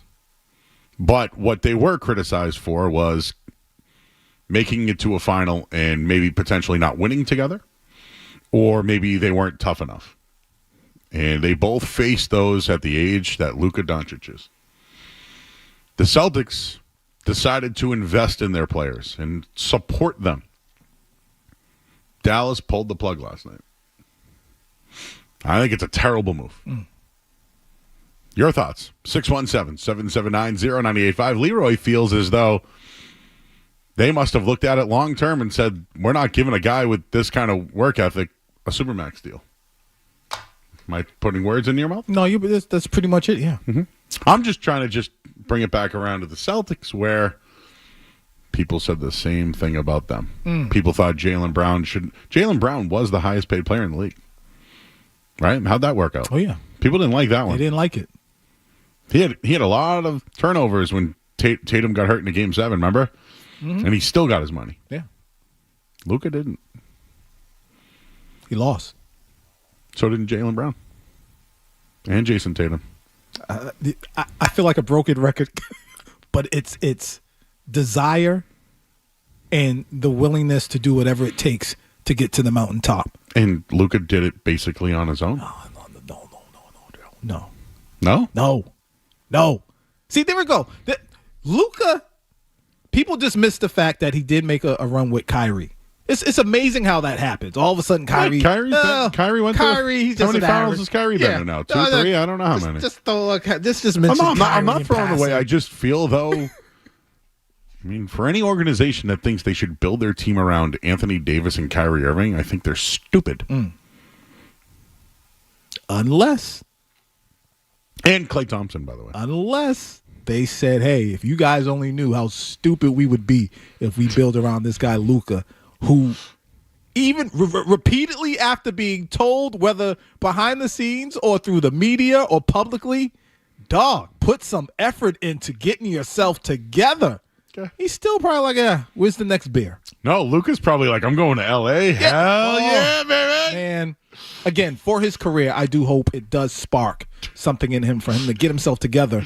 And for the Lakers' sake, it is a great setup for life after LeBron, but I highly doubt it. Jeff, how do you feel about this? I know you're a hockey guy, but what's your thoughts on Luka going to LA? Do you think he'll gain weight or lose weight?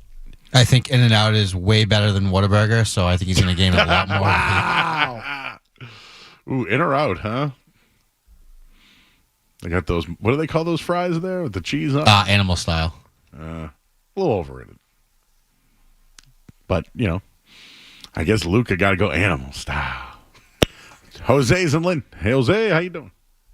Yeah, I'm looking at it from a business sense. Like, I look at it because that new CBA is very punitive, and I'm looking at it from a sense that a lot of teams don't want to go over that second apron. So you're going to start seeing a lot of teams cutting bait on star players if it's not messing up with their bottom line. That's how I feel about the trade. Yeah, I mean, I do think, to Leroy's point, Dallas moved on from Lucic because Doncic. You and the Bruins heavy, man, heavy on the mind. Doncic because of his work ethic, and I could give you a highlight reel of how many times he got cooked in the NBA Finals. Oh yeah, big time.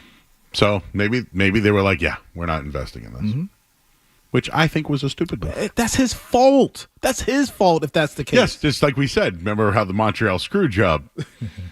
Everyone thinks that Vince screwed Brett.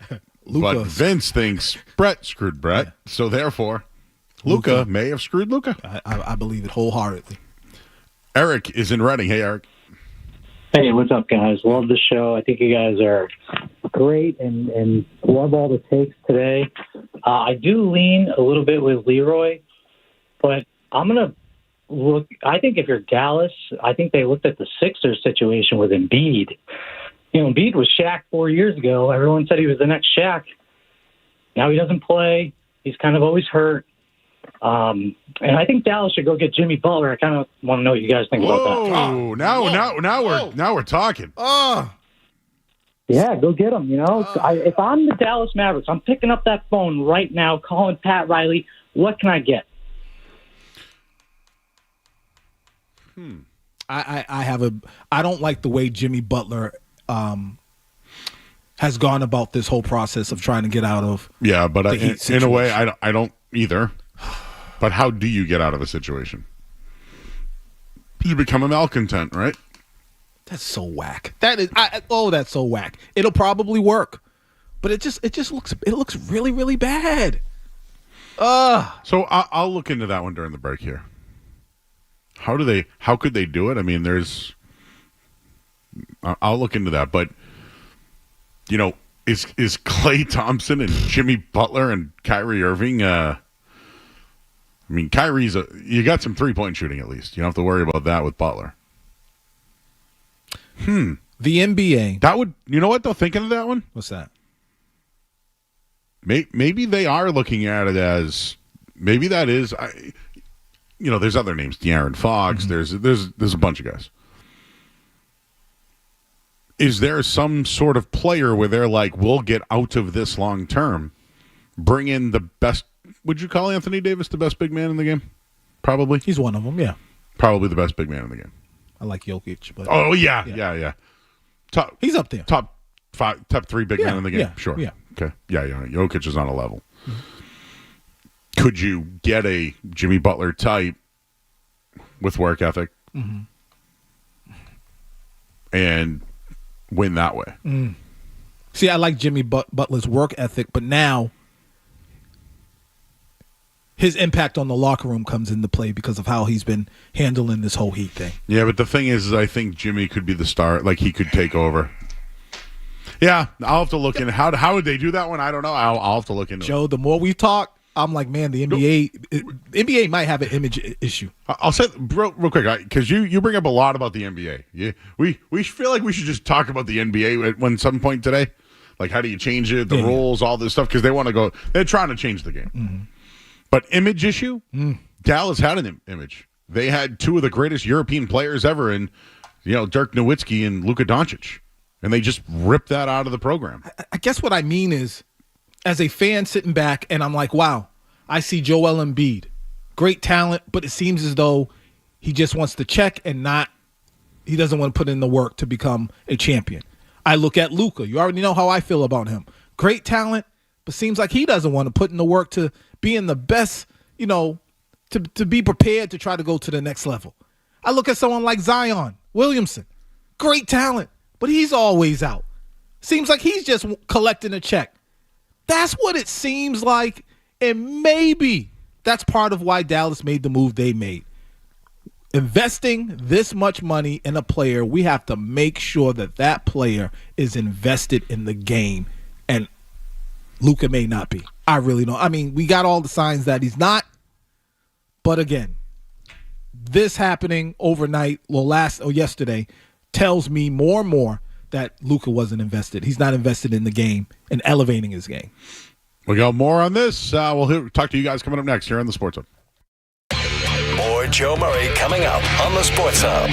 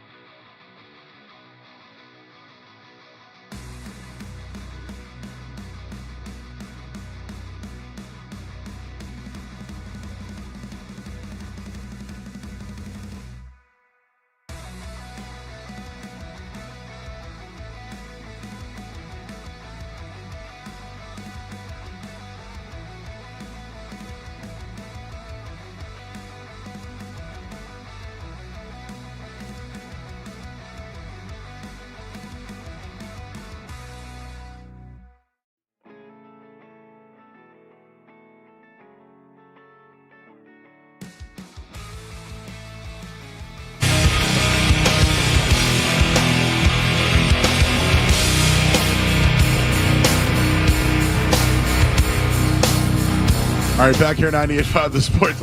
Leroy and I we just keep going off the air. I know. Thanks to everybody hanging out on YouTube. You have more people on this Sunday show than on my night show. What's going on? Maybe I'll cut some video up. You know that you can see all the videos? Oh, yeah, do that for sure. Last week it was about the Chiefs. I said, don't be scared of the Chiefs. As a Patriot fan, don't be scared. Oh, yeah. Don't be scared. Yeah. It's just aggravating hearing all the talk. Don't be scared. Can I add one more thing about the trade that went down today? Mm-hmm. Do you mind? Leroy, it's your show. Oh, no, it's not. It's the Joe and Leroy show. Or is it the Leroy and Joe show? Stop. Joe, don't do that. Now you're going to have people thinking, oh, what's going on? Is there a rift between the two? There has never been a rift. Never been a rift.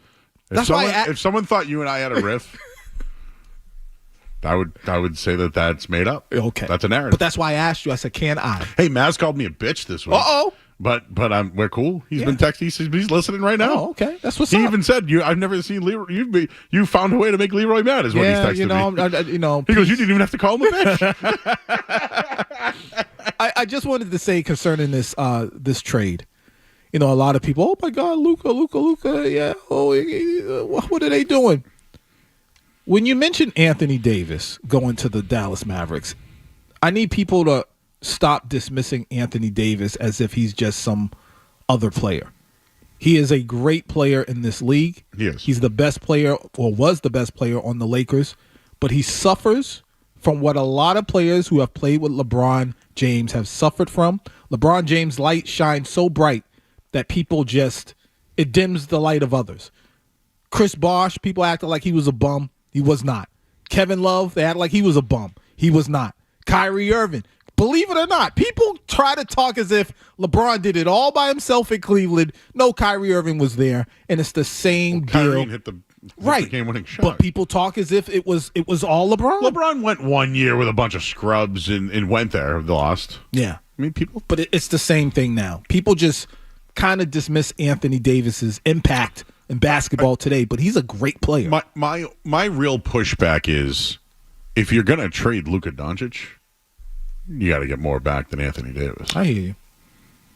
Unless he's Do you think they're selling Anthony Davis jerseys in Dallas today? Unless he's they got a lot of unibrows. Yeah. or actually, is that what we call it anymore? Yeah, I guess so. No, he's got the full thing, bro. He's got it looks like a mustache eyebrow. McDonald's. The gold. Real quick, Dean and Shrewsbury checking back in. Mm-hmm. The Mavericks can acquire Jimmy Butler. Mm-hmm. They'd have to give up Thompson. Oh, that's easy. Which is, I think they would lovely do that. Yeah. Thompson, Lively, Gafford. They could, they can do it. And to go all the way back to the beginning of the show, you believe all this that's happening is because the Celtics made teams tap out. Yes. I think that what happened was the Celtics exposed Luka Doncic defensively and his work ethic.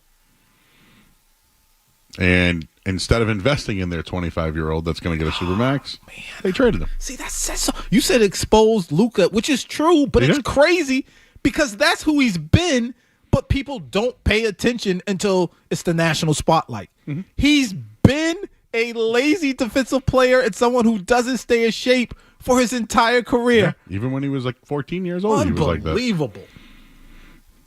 People said the same thing about the Celtics when they did have work ethic and they were two-way players. People said that they couldn't win, and ownership doubled down on it. Their ownership looked at it like, this tax bill. I wonder if Mark Cuban would have done this. I wonder if he would have done it. Sorry to leave you guys on hold. Let's talk to Chris. He's in North Smithfield. Hey, Chris. Hey, Joe.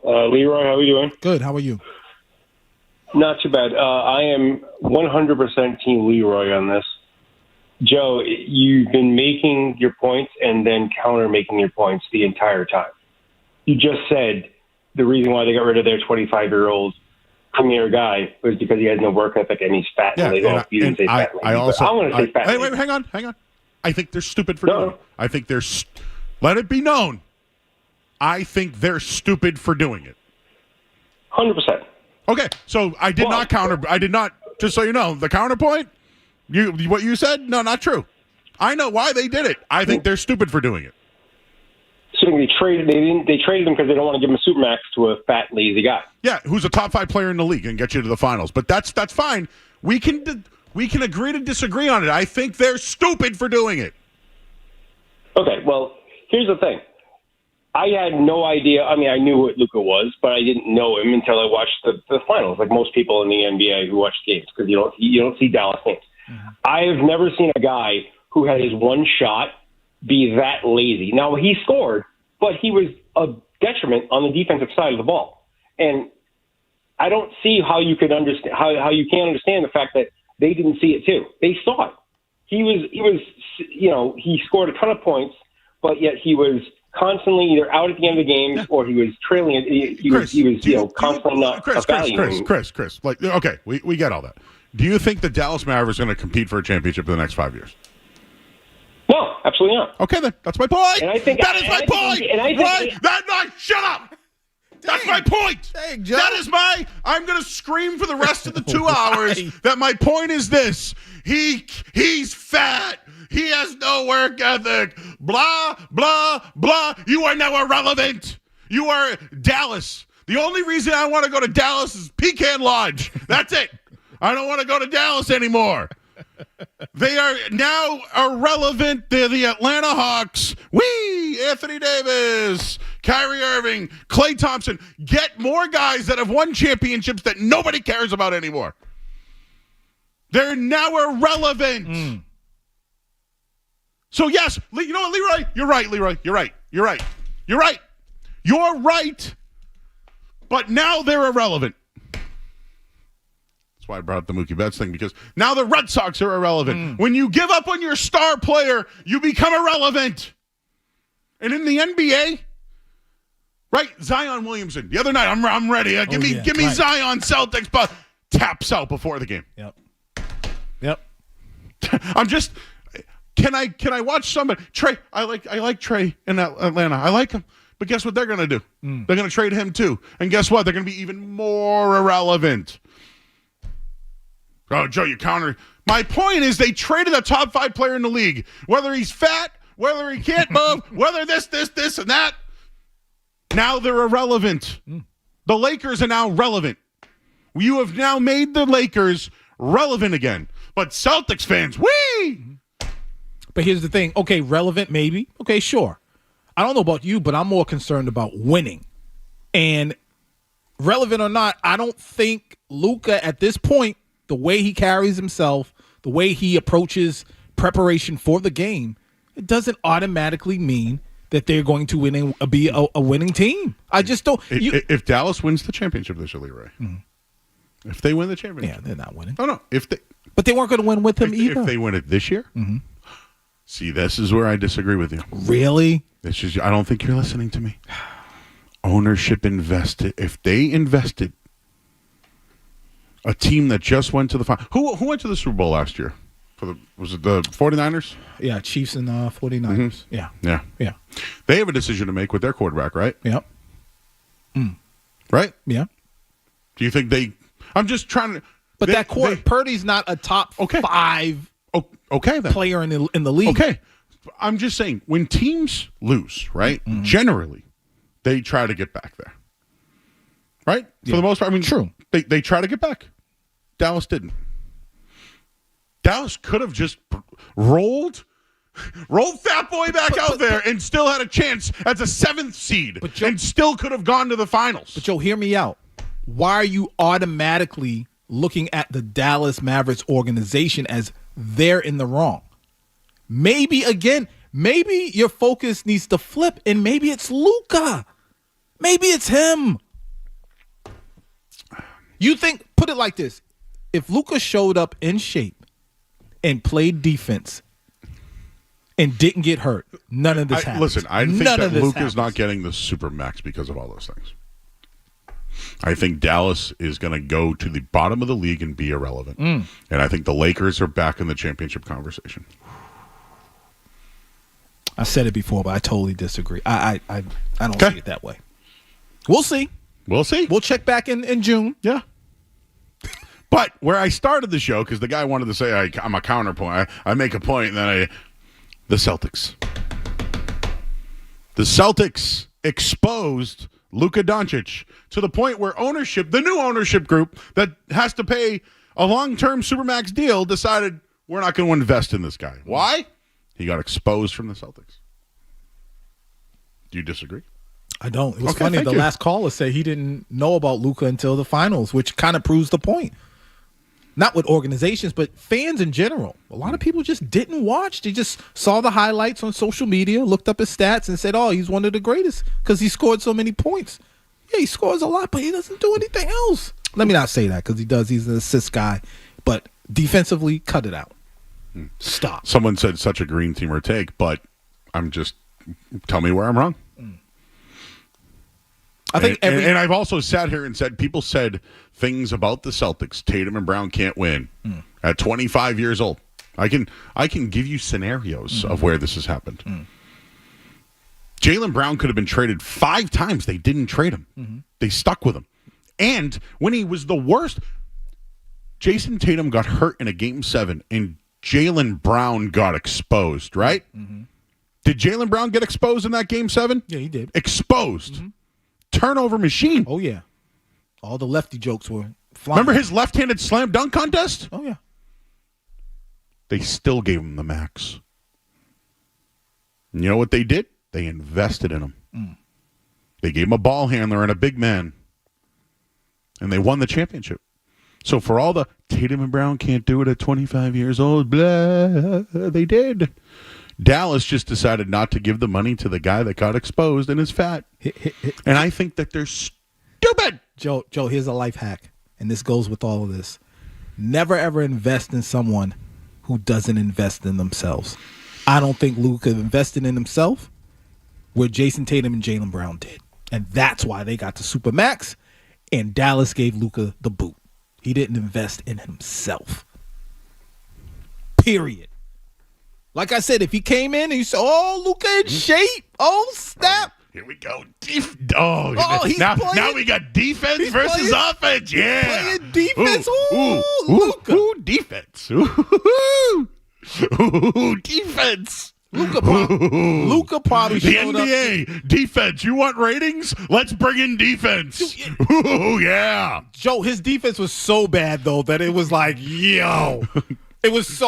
Luka probably showed up to camp. Anthony Davis and Kyrie Irving. Yeah. Klay Thompson's a great defender. No, not Klay. Derek Lively. Woo-hoo, scary. Joe. Yeah, Oklahoma City must be crapping their pants. No. See, we got to go watch the finals again. You need to just watch Luka. I've admitted that that was pathetic. Again. Pathetic. The Celtics exposed Luka Doncic. Luka was like that before the Celtics finals. But it was on a national stage. Yep. And people thought Luka was better than Tatum and Brown. Crazy. But they still think they're stupid for trading. All right, who paid for this lovely hour? Oh, let's see. This hour is brought to you by, let's see what it is. Oh, okay. Brought to you by the $14.99 Big Deal Meals at the 99, like the chicken and sausage. Oh, Valvoline? Oh, my fault. Yeah. It is. Valvoline. Enjoy quick and convenient vehicle maintenance this month. Visit NewEnglandOilChange.com for 15% off your drive-through oil change at Valvoline Instant Oil Change, now open in Raynham, Reading, and Braintree. You know how LeBron James said, Christmas Day is still owned by the NBA and all that stuff? There's no football today, right? Mm-hmm. But what are we talking about? The NBA. Oh, yeah. We'll take a quick break, get your headline. We'll get you all caught up. All right, I'm done. I'm done. I still think the Mavericks. I'm going to leave it at this. Forget everything I said. The Mavericks are stupid for trading a top 5 player. Okay. What a green teamer take. Celtics. Tapping them out. We'll get into that. We're here for 2 more hours here on the Sports Hub. Don't go anywhere. There's more Joe Murray. On the way.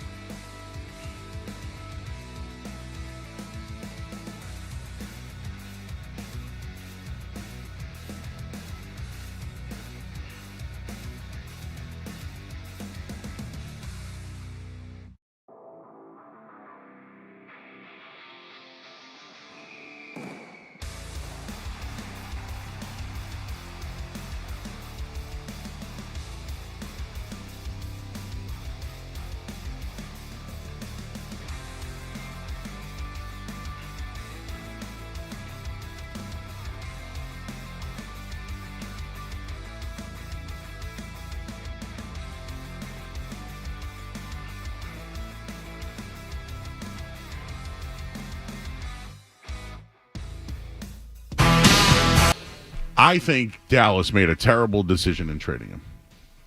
I just think that trading a top 5 player in the league is stupid. And I think the return is also stupid. So that's where I stand on it. But Leroy has made points. I think the Dallas Mavericks have screwed Luka. Maybe it is Luka who has screwed Luka because of his commitment to conditioning. Mm-hmm.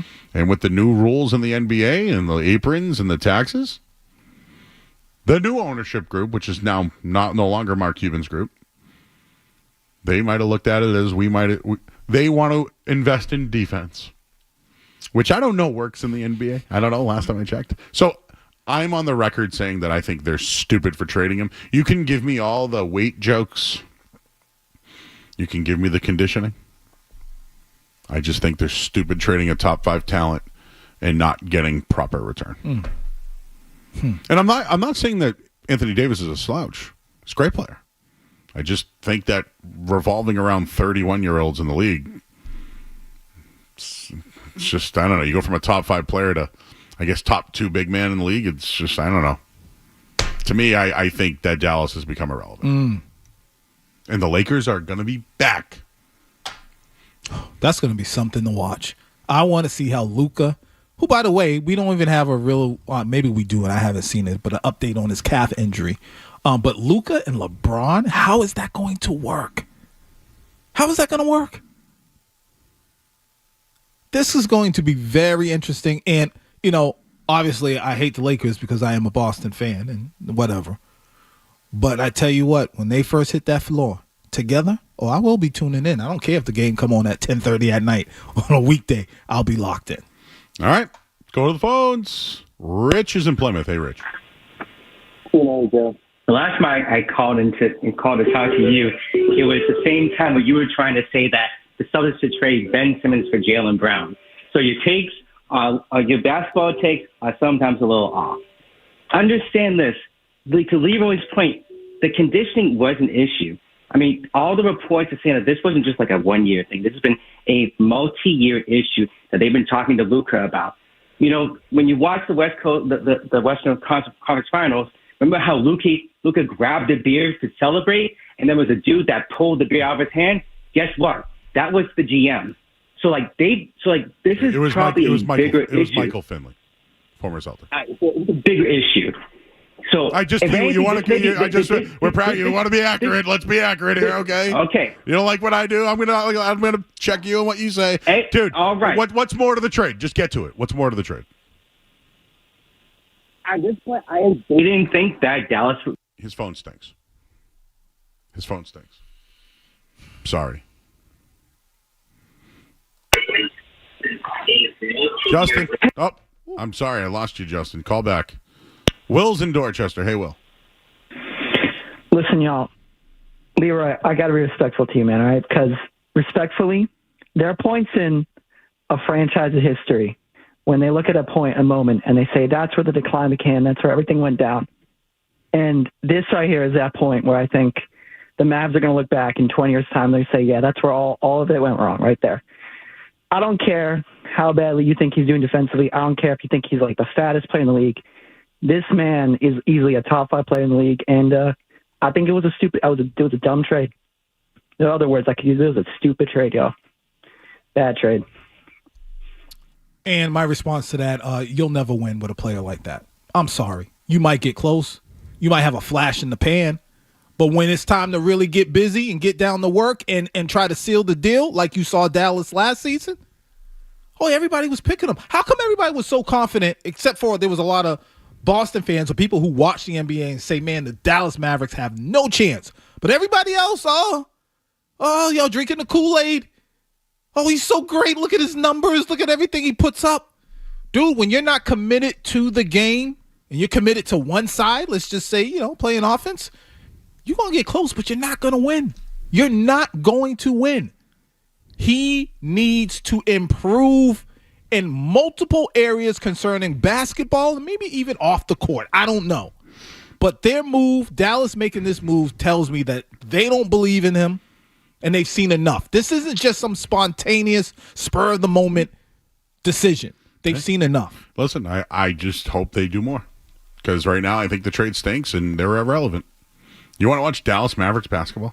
Yeah, but nobody, to be honest, let's be honest, nobody was really watching them during the regular season. Okay, listen, I work. Okay, so in my hobby time, big card collector.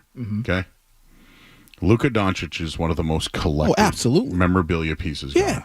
So, and in the state of Dallas, like there's Houston, there's San Antonio, Wemby's huge.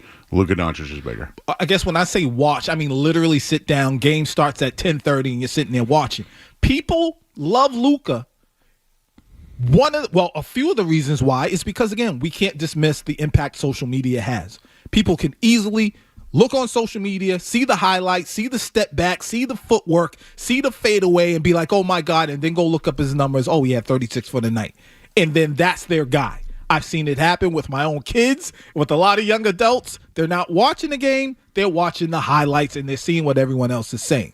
But then again, they get to the finals, and then all of a sudden he gets exposed. One of the most popular players in the NBA, and somehow he gets exposed. People didn't know he didn't play defense. That's what I mean. People they're not watching and studying his game. They're going by what other people say, what they see on social media, and because of that, I'll take that in a heartbeat. Yeah, points are nice, but there's other parts to the game. Defense might not be fun to watch. It might not be fun to play, but until they eliminate it totally, which it seems like they are, but until they eliminate defense from the game, it counts, and he plays none of it. Celtics aren't either. What, playing defense? Favored to win the NBA championship. Yeah, they better get it together, too. Connor's in Bedford. Hey, Connor. What's up, guys? Love the show. Always watch it before school. I just wanted to tell you guys that this is the dumbest trade that the Mavericks could have made. They just made the Lakers a champion once again. Luka's going to change this team around. LeBron's already the best player of all time, and Luka's going to get a ring on his finger. I do think the Lakers inherited a top 5 player in the league. I do. I feel that way.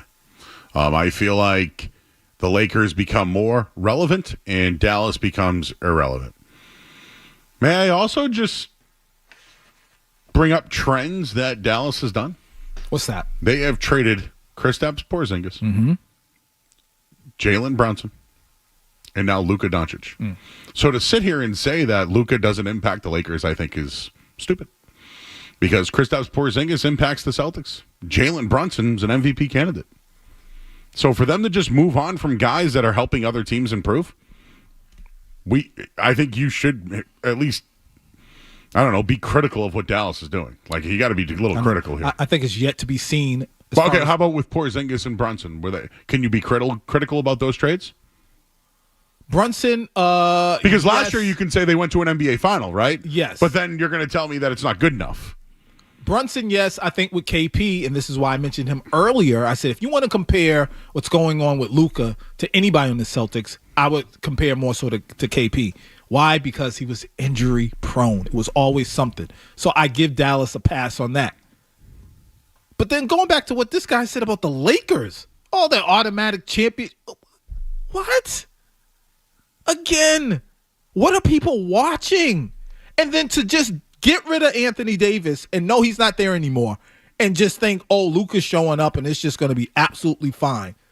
We haven't even seen how LeBron and Luka work together. I'm going to wait and see. I'm not going to automatically crown the Lakers the best in the West. Are you kidding me? We do this every single time with LeBron teams.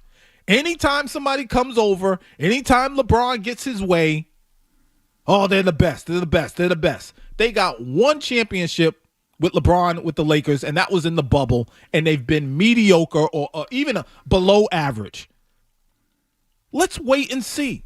We do not know how I'm talking about Luka and LeBron, are going to coexist on the court.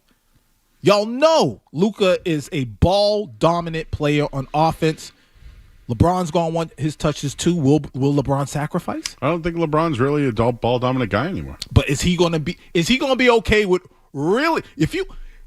Luka's probably going to bring the ball up at times. He's point guard. Yes.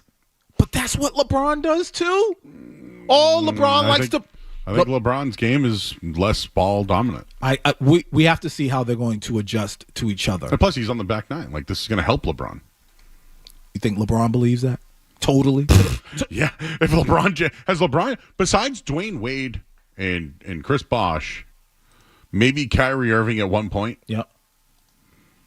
And I guess Anthony Davis. Has he ever played with an elite? I mean, has he ever played with a talent like this? I mean, Wade was a different brand. I mean, Bosh was a big. Davis was a big. Kyrie was more of a flashy ball handling guard. Right. Am I missing? I don't think he's ever played with a talent like this. Well, okay, yeah, a 6'6" guard, yes. But if that's the case, again, how can anyone come on here and say, well, the Lakers, they're going to the Western Conference Finals. They're going to the NBA championship. It's yet to be seen. We do not know. I don't like it. I just, in my gut and just on paper, I don't know. You lose a center, a big guy, a power forward like Anthony Davis is nothing to sniff at and just be like, oh, whatever. Everyone's thinking strictly points. That's it. They're not thinking about defense. They're not thinking about players being afraid of going into the paint like they were when Anthony Davis was around.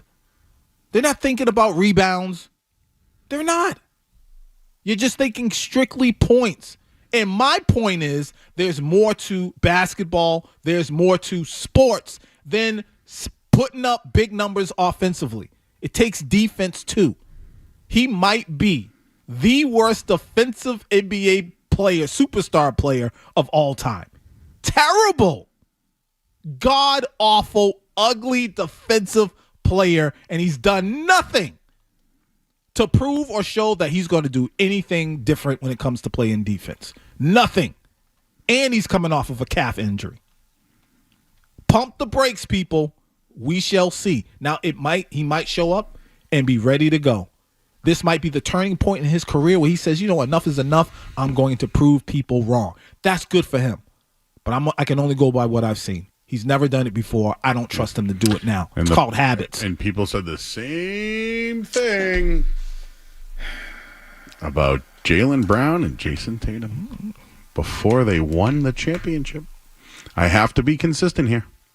Y'all don't like it, but I worked on a show before I was full-time where the guy would tell me constantly to trade Brown for AD. And I would look at him every day. And I'd be like, you're crazy, and I hate your takes.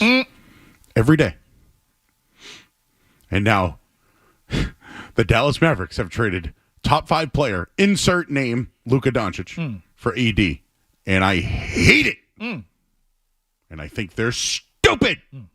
And now I think they're irrelevant. Well, I'll tell you what. Dallas plays today. I don't know if AD will be playing. I do not. Maybe he is, maybe he isn't. But they're playing today at 3:30 against the 39-9 Cleveland Cavs. If he's playing tonight, we want to see something. This afternoon, we might see something. We'll see. We'll get a glimpse. It's early in the AD era with Dallas, but we'll see. All right, take a quick break. I'm Joe Murray here on the Sports Hub. You're listening to Joe Murray on 98.5.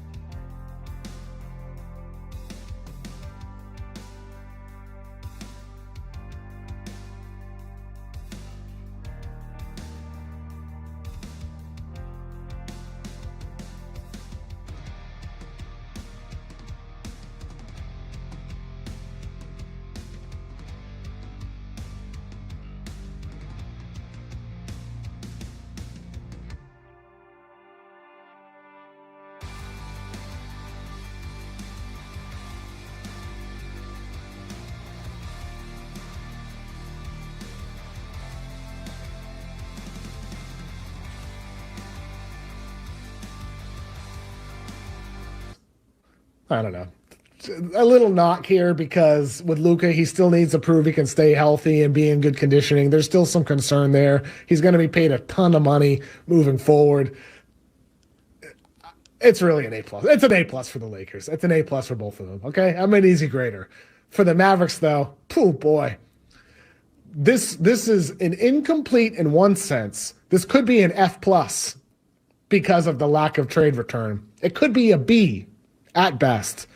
If this team ends up looking great, if AD stays healthy through the playoffs and there's potential with Kyrie moving forward, maybe all things work out there.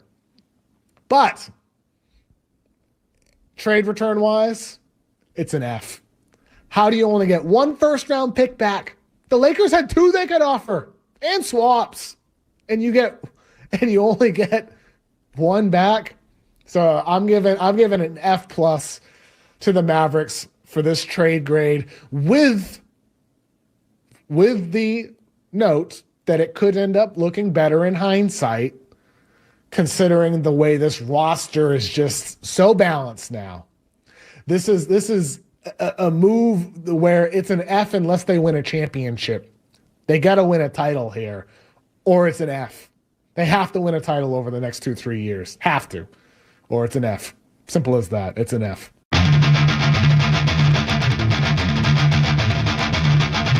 Kevin O'Connor. What was that on Yahoo? F. All right, what gives the Lakers a minus? Yeah. Just automatically. Kind of how I feel. Y'all bugging. That's that Lakers. Something about the Lakers, man. I saw I don't know if this was true. Saw it on social media. You don't know what's true anymore. But it was a map of the United States, and supposedly it was showing the top teams that people choose in my career mode when playing NBA 2K, and the Lakers were like dominant. Obviously, Northeast Celtics were, huge. But I got to find it. But, I mean, it was the Lakers were everywhere. And sometimes I just wonder, simply because they are the Lakers, people tend to give them a pass or give them high grades. When honestly, I feel like he should have said the same thing that he said about Dallas. Yo, we got to wait and see. We got to wait and see. 2 prideful players who like having the ball. Put it like this. Lakers are down by 1 point with 1 second, 3 seconds left. Who's getting the ball? I will tell you right now that Luka Doncic has more clutch game shots than LeBron, absolutely. But who's getting the ball? What do you think that huddle's going to be like? Well, I'll tell you this much. Do I think J.J. Redick's the right guy? Oh, God, no. I don't. No. I don't. So you have every right to go on that one. If you want to, if you wanted to get your sports take, like you have the talking heads on TV. Yeah. That's a great one. Now that it's because they have a lot of options. I like the kid Austin Reeves. I think he's a really good player. Mm-hmm. Yeah, I think L.A. is literally in the championship. They're in the playoff conversation. Okay, I'll give you maybe playoffs, yeah. But championship, that's to me, it's way too early. That's a stretch. And listen, there's still guys still out there. The Jimmy Butler thing's still out there. Kevin O'Connor's got a great point here. Like, all right, let's talk. Be unbiased for a second here, because again, I think that the Lakers won this trade. I think that the Mavericks are stupid. That's how I feel. But the Lakers Mavericks made a big trade. Somehow the Utah Jazz and Danny Ainge got in there as the third team. Good old Danny Ainge, man. What was the tweet that you saw, Jeff? That was regarding Danny. Danny jumped right into that like a crack addict, man. 2 second-round picks. Wait, hold on. You guys are going to trade 2 superstars? let me get in on this, man. Right. I got some cheeseburgers. Yeah. Danny Pookie Ainge. Cheeseburgers, man. Oh. Did I ever tell you a youth minister took the youth of my church to go see that movie? They thought it was like a clean cut movie. Well, it's because they play Spirit in the Sky. Because they play Spirit in the Sky. Tell me that. I know we're off topic here, but tell me that whenever you go to an event around a lot of people, you don't hear the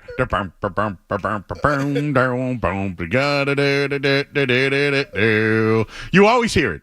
And didn't that happen, right? They went out, but the guards, they put the hose down on the field, right? So they couldn't practice, but then they ended up sliding and having fun, right? That's what happened? Yeah. But he's got these cheeseburgers, I got these cheeseburgers, man.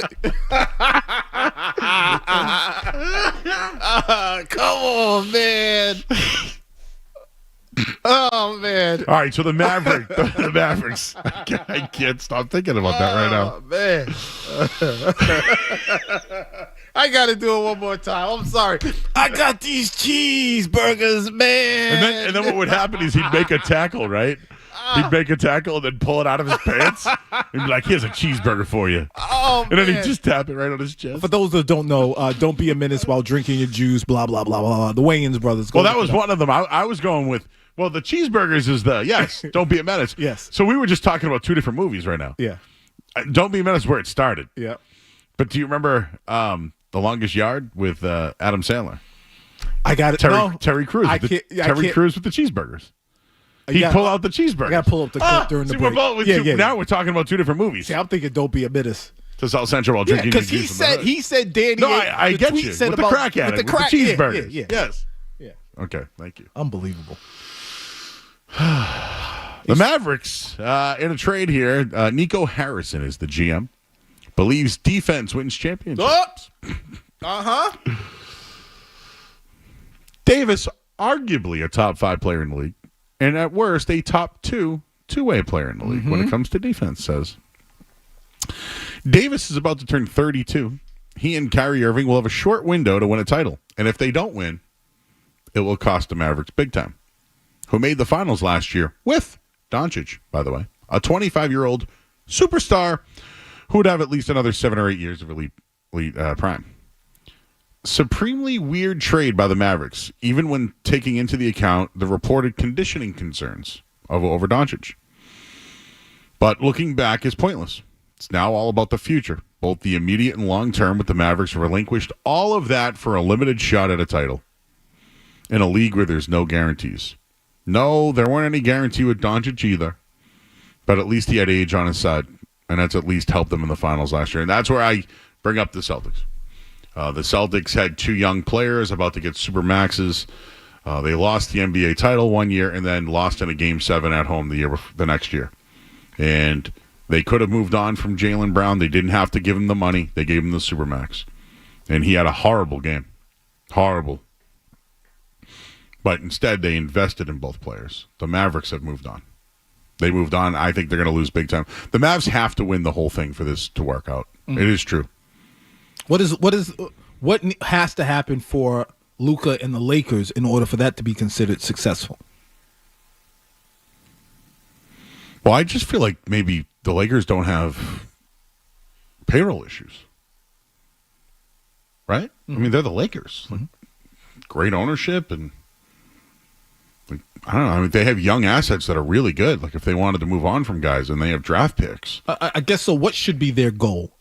Luka, LeBron, together, they need to do what within what period of time? Well, the thing is they can just give Luka the max now. Yeah. So they have 7 or 8 years to figure this out. This is going to prolong. This is going to. LeBron's going to be around now for a while. He doesn't need to be the man. Believe it or not, he wasn't the man with Anthony. Anthony Davis was the man. Yeah, yeah. And now, like I said, Austin Reeves, like they got guys. They just had a good draft this year. I'm going to give the Lakers 3 to 5 years. Here's the deal. When the Celtics have to blow up their team, because they will with a new owner, just like the Mavericks just did today, who then becomes the next best team? Like the one thing is Oklahoma City has all these great young pieces. They're going to have to pay him. Pay him at some point, yeah. SGA is going to get big money. Chet Holmgren at some point when he comes back. They drafted well. But you know what? They had this with Westbrook, Durant, Harden. Yep. And they didn't win then either. My point is when you get to the NBA Finals, you don't give up on those pieces. You keep building around those pieces until you win. And the Celtics have shown that. Golden State, right? They kept it together. They kept building around it. They ended up getting an Andrew Wiggins. That was the number 1 overall pick in the draft that was given up on. Helped win a championship, right? Now they have these other pieces that they've drafted, Kuminga. And I don't think that they're in the I think the Lakers have leapfrogged Golden State. Wow. See, I agree with a lot of what you're saying, but because I agree with a lot of what you're saying, it makes me wonder, well, what did the Dallas Mavericks see in Luka that has them saying we're good? We're all set, man. Let's move on. I think defense. I think it's more I think than it's that. I think it's the money. It's ownership. It's money. But look Western Conference just real quick. OKC. I think they're a great team. I still have questions on them winning. Experience, lack of experience. Yeah. Okay. Houston Rockets, well coached. Oh my God, Ime outcoached but I Missoula. think I still think they're too young. I still think they're too young. Okay. But they play defense. They're hard. They have the ingredients. I just don't think they have the chef yet. You know what I mean? Okay. They got the ingredients. I don't know if they're. Memphis is interesting. Defensive-minded team. Then there's Denver with Jokic. They're just hovering. Minnesota's taking a step back. Dallas is taking a step back. Phoenix, they're probably going to have to make a trade, and it's probably Beal. And then there's Sacramento, right, who's always kind of hanging around, and then there's Golden State and Wemby. Yep. This move, the Lakers, they're better than Memphis. They're better than the Rockets, and they'll challenge Oklahoma City. Oh, man. Yeah. I know what I'm about to say is an extreme stretch. But because of Luka, this is... I hope he doesn't come back. I hope he's in good shape. I hope he doesn't come back like Sean Kemp did back in the day after the NBA strike. If you remember, if you don't know, he came back extremely out of shape. And the only reason why I'm bringing that up is because I am still trying to understand why Dallas made the move. And the only thing I can come up with is that they have been proven right that Luka's not serious about being prepared to play. That's the only thing I can think about. Oh, Leroy, that's the stretch. Really? I mean, we crack on Zion. In and out of the game. And Embiid. And Embiid. You see pictures and you see stuff, and it's like, man, how did they balloon up to this and that? You just never know. You never, ever know. Some guy just texted, I haven't heard from my father in 8 years, and he just texted me about this trade. Well, listen, your father probably was using it as a way to crack the door so that you all could have a conversation and connect again. So, I mean, I don't know how that relationship is, but if you're willing to use sports as a way to reconnect, use it, brother. Yeah. You know, oh, man, I got to take. I'm going to hold it. I'm going to hold it. We got callers. Oh, man. We have to go to break. We have to pay. We got to pay the bills. Before we do that, can I just remind everybody, be grateful for what you have in the Celtics. See, we're not dealing with all this stuff. This is why I tried to bring it back into the Celtics, but everybody wanted to defend it. No, the Celtics invested in Tatum and Brown and could have traded them for Kevin Durant, James Harden. Like, they could have done all these moves, but they stuck with their 25-year-old talents and paid them. Yeah. I will take the championship every year. I'll take it every year. But if you woke up today and found out that Tatum and Brown were traded for Anthony Davis, you would lose your mind. And I think that's how how our Mavs fans feel today. All right, we got to go to break. I'm Joe Murray. He's Leroy. More Joe Murray coming up on the Sports Hub.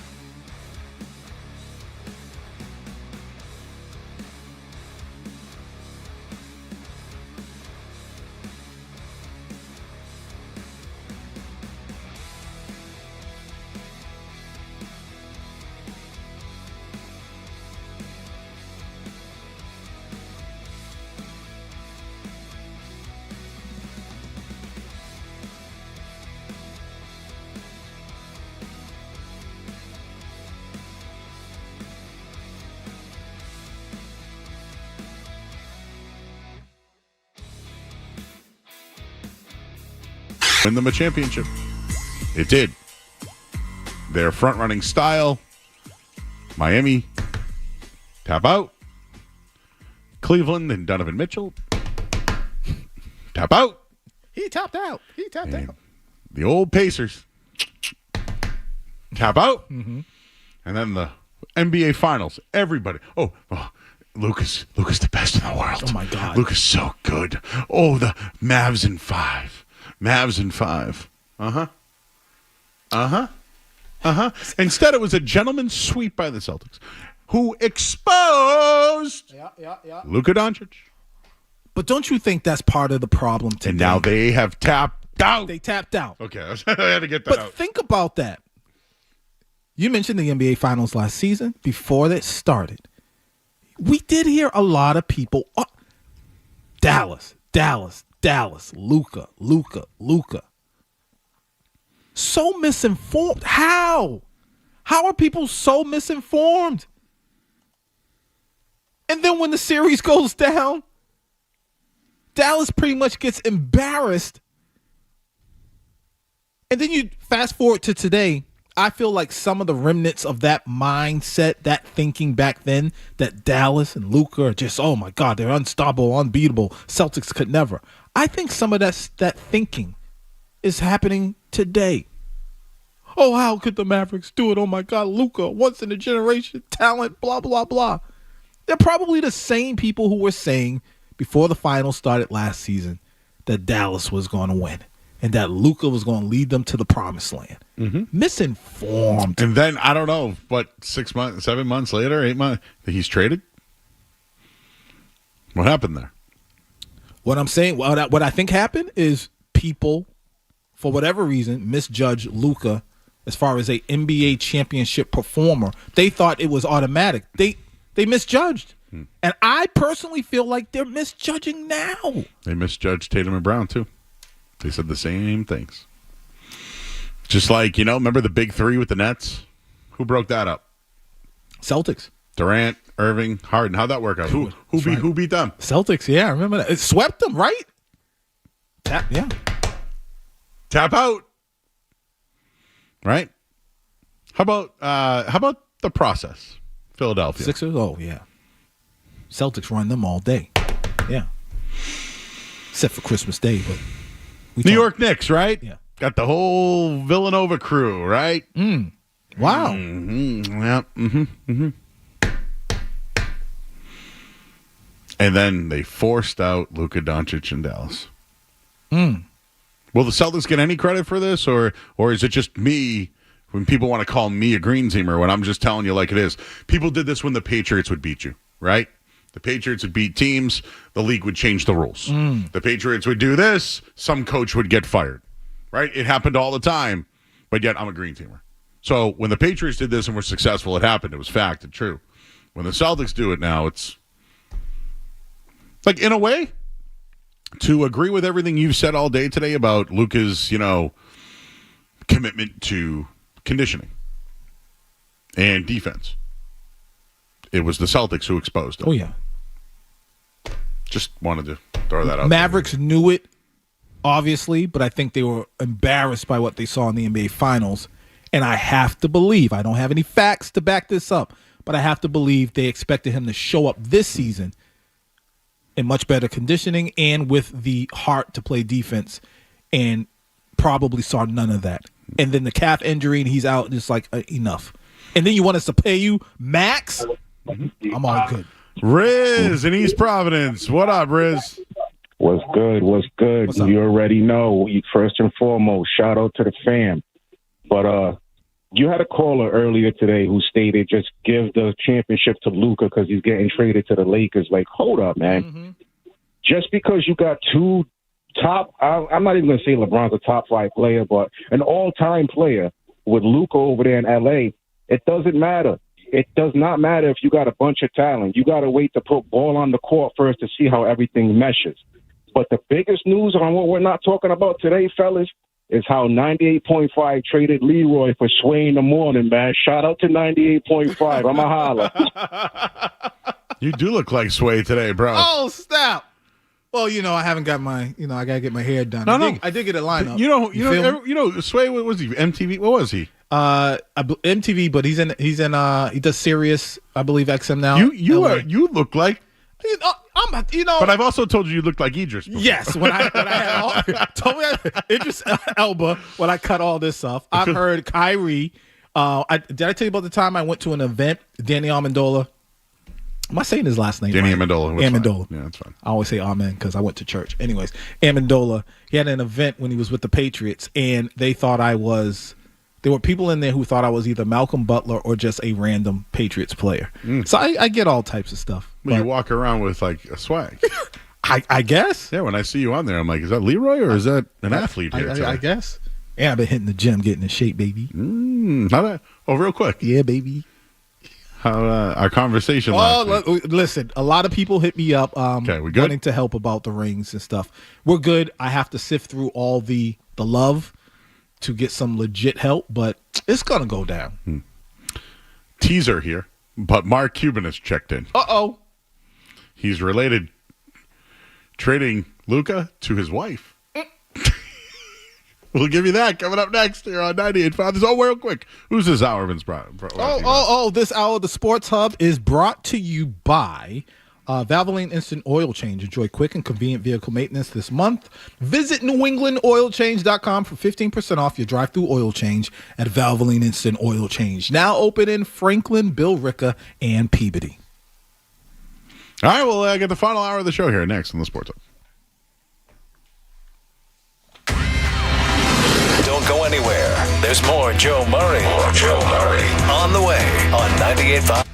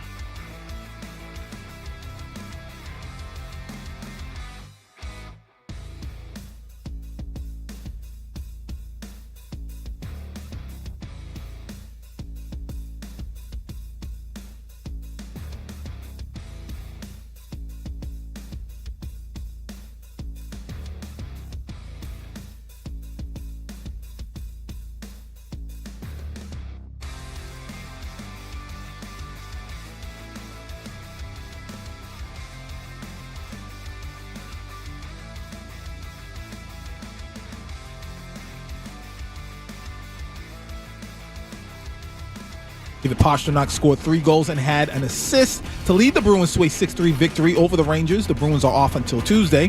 The Celtics, once again, hey, they are the Bret Harts of the NBA. Putting a sharpshooter on teams and making them tap out. They're going to take on the Sixers tonight at 6. And the news everyone is talking about, also in the NBA, the Dallas Mavericks, Lakers, and Utah Jazz have agreed to a 3-team trade where Luka Doncic is headed to the Lakers. What did the Jazz get again? Is it 2 second-round picks? I think something like that.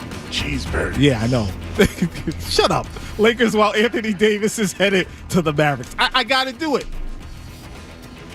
You want these cheeseburgers, man? The Sports Hub headlines are brought to you by Safety Insurance, providing comprehensive coverage for your auto, home, and business. Ask your independent agent about safety. I'm Leroy Irvin. Your next update is in an hour. New England plays here. Ball down the right side. There's a separation. Touchdown pass. Yes. Perfect dive from Drake May. 98.5, the Sports Hub. Zolak and Bertrand get you through the midday. Joe Murray gets you right through the night. I actually spoke with women today. On the Sports Hub. No risk it, no biscuit. Uso with a super kick. Just hanging on. Just hanging on. Look at the AA. Jay hanging in there. Jay Uso is going to WrestleMania. Here is your 2025 Men's Royal Rumble winner, main event, Jay Uso. Ladies and gentlemen, it is no longer just a nickname. It is no longer a moniker. Jay Uso is truly the main event at WrestleMania. Match at WrestleMania. So there's been many. Rey Mysterio got it 1-1. Just trying to think of some other, Cody Rhodes finished his story. Daniel Bryan had the Yes Movement. Kofi Kingston locally had Kofi Mania. It's a big deal. And I'll be at WrestleMania 76 days from today. Who's counting? Where's it at? Las Vegas. Oh, Lord. Man. I got to get back to Vegas. 2 nights. Going 2 nights, Leroy. Where you staying? I don't know yet. On the street? Probably. Probably. Just don't go to the Denny's right over there. I'm waiting for a couple of my guys to come through. You know what I'm saying? Is Denny's still there on the strip? Who? Denny's. Oh, I thought you said Diddy. No. I thought the same thing. I was like, what? No Diddy. No, I'm talking about Denny's right over there near the MGM. It's Easter weekend because the Lord has risen. Oh, wow. Oh, that's right. So I'm hoping to get a nice little brunch in, And then it's 2 nights. So anyways, Jey Uso won the men's.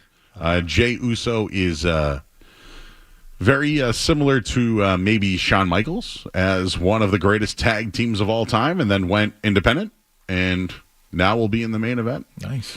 In the women's, it was Charlotte Flair. Came back. She's back? She's gone for 1 year, came back, won the Rumble, bing, bang, boom, main event match. Wow. So that is, and I do, if anyone who loves the sport, or if you don't, you have to watch the Cody Rhodes, Kevin Owens match. It was a ladder match. So obviously you have to climb the ladder with the belts. Mm-hmm. There was there were 2 big moments in it. One, Cody Rhodes took a shot off a ladder where I do think he was unconscious for a second. And then Cody Rhodes did an Alabama slam to Kevin Owens, and let's just say that's how the match ended. Okay. Lots of blood. Wow. I got to check it out. It was good. Okay. 4 matches, bing, bang, boom, in and out. Great. That's it. That's my Royal Rumble. I would have watched, but I was at the movies. I saw one of them days with Keke Palmer and SZA. Is my thing. Yeah. You guys play that in the morning? We should, but we don't. Maybe we will. Maybe you could do a segment on it. Yeah. Hey, how do I get on the Get Up Crew? Just come through. I'm on. Well, I'm not getting No. I'm about to say on everything though. If you're ever up like, that can I early, join your YouTube chat or something like that? just come in. We would talk. We'd do a break. Maybe when I go to Vegas. That's where you guys simulcast from, right? There you go. Now we're talking. That's right. We do. Yes, we do. Okay. Yeah, come on through, Joe. All right. Luka Doncic got traded. I teased this so I can share this with everybody, but maybe ownership does have a little bit to do with the move today. The GM said defense, but Luka Doncic no longer eligible for the Supermax because he was traded. So I asked, would this have happened if Mark Cuban was still the owner of the Dallas Mavericks? Today, quote, Mark Cuban on if he would make the trade for Luka Doncic. If I had to choose between my wife and keeping Luka on the Mavs, you can catch me at my lawyer's office prepping for a divorce. He's so stupid. And that's why he never won anything with the Mavericks. Well, no, I can't say that. He did. He did. But Leroy, he won. He did win. He won a championship with old-ass Jason Kidd and Dirk Nowitzki. And Michael Finley, who took Luka's beer. Yeah, they were all old, but you know what they did? They won. No, they won, and they were dedicated to winning. Who'd they beat? It was Miami. It was LeBron. Not one, not two, not three. It was LeBron. Yeah, I remember that. Mm-hmm. Yeah, dedicated to winning, dedicated to doing whatever it takes to get better, to improve year after year, and to ultimately win the championship. No one with a straight face can say that's Luka. That's the issue. Yeah. That team would have had an issue with Luka. Dude, you're great. Joe, you've met talented people before who are lazy. Mm-hmm.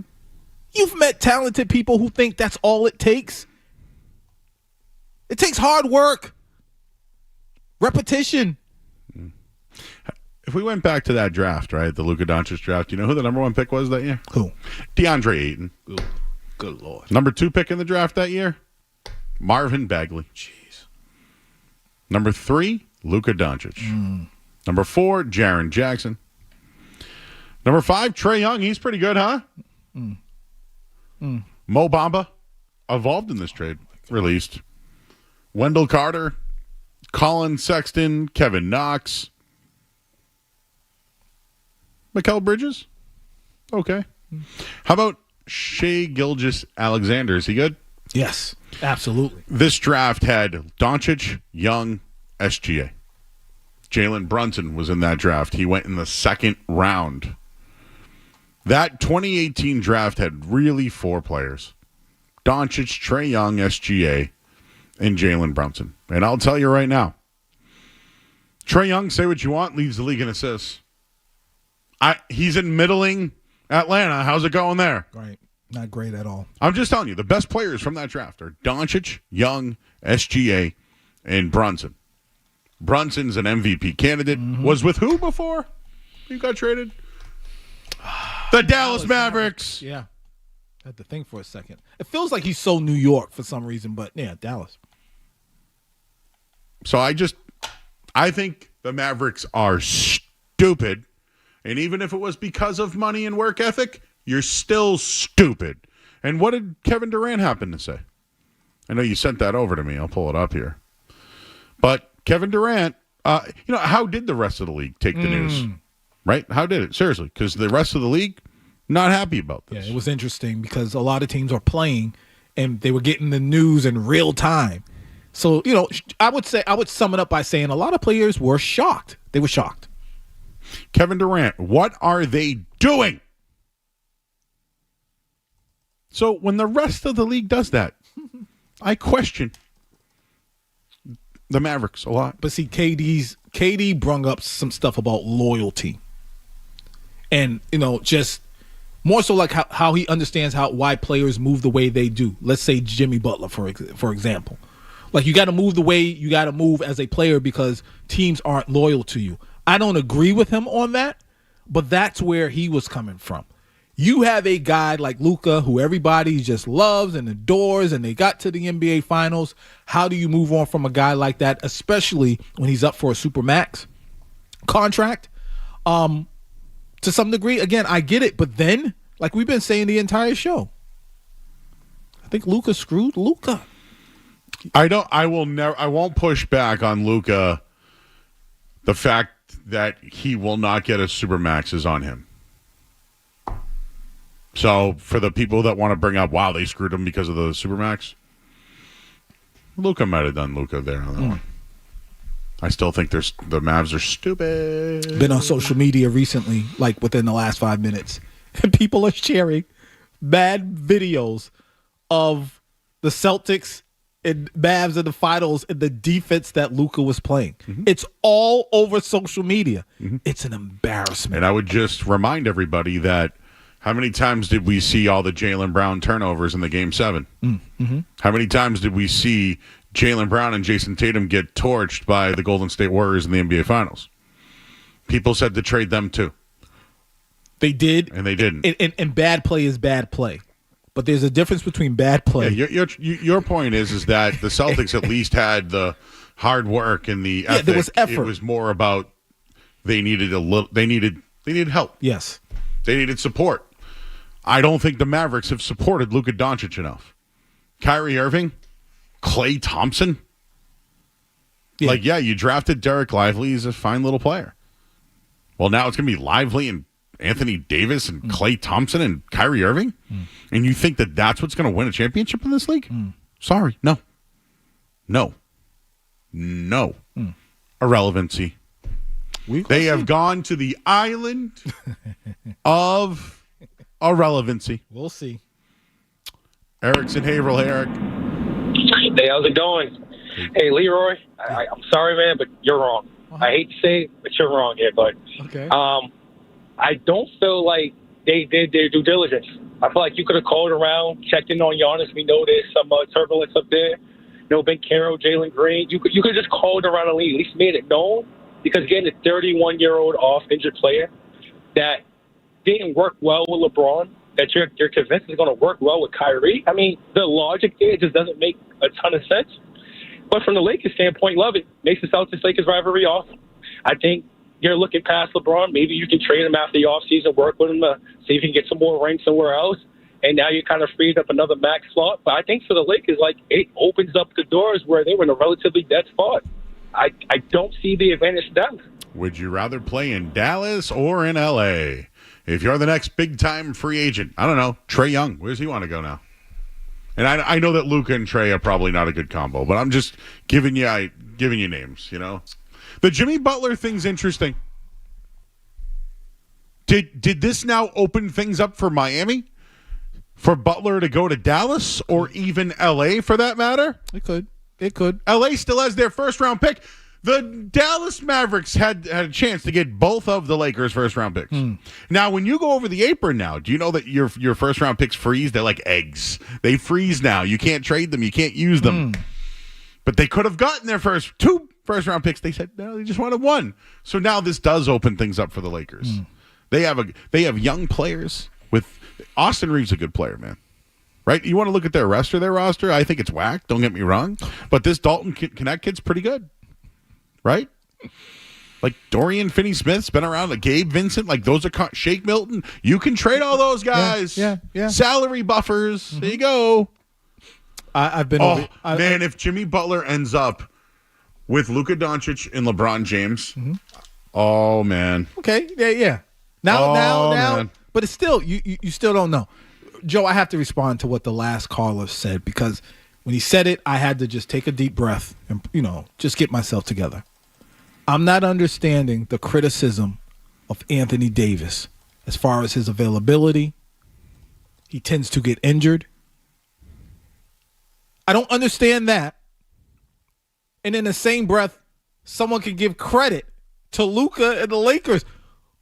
The same issues that we have with Anthony Davis are the same issues that you have with Luka. Injury prone. Don't know if he's going to be around. Like, what are we doing? It's that whole Laker thing, man. People just, the Lakers, that gold and purple turn brains to mush. And simply because they're the Lakers, they made the right move. Lakers fans, I like this. If we had to put together a list, the most delusional fan bases, Cowboys are number one. Lakers are right there. Lakers fans are right there. Yeah, but guess what? Every move they do. The Lakers, they now have a free agent slot. Okay. They have young assets that people want and draft picks. I would not be surprised. I'm starting to follow the breadcrumbs on this. Dallas needs to be someone who jumps in here, but they can't be done the Lakers right now. I think you're going to see a De'Aaron Fox, Jimmy Butler, Laker trade. I think that somehow, some way, the Lakers are going to get De'Aaron Fox. Not the Lakers. The Lakers will get Jimmy Butler. Does Miami get De'Aaron Fox? I mean, that's a pretty good guy to build around. Right. I'm looking at this name, and I got to. And Dallas can do it too. Dallas could get Jimmy Butler if they want him. They could.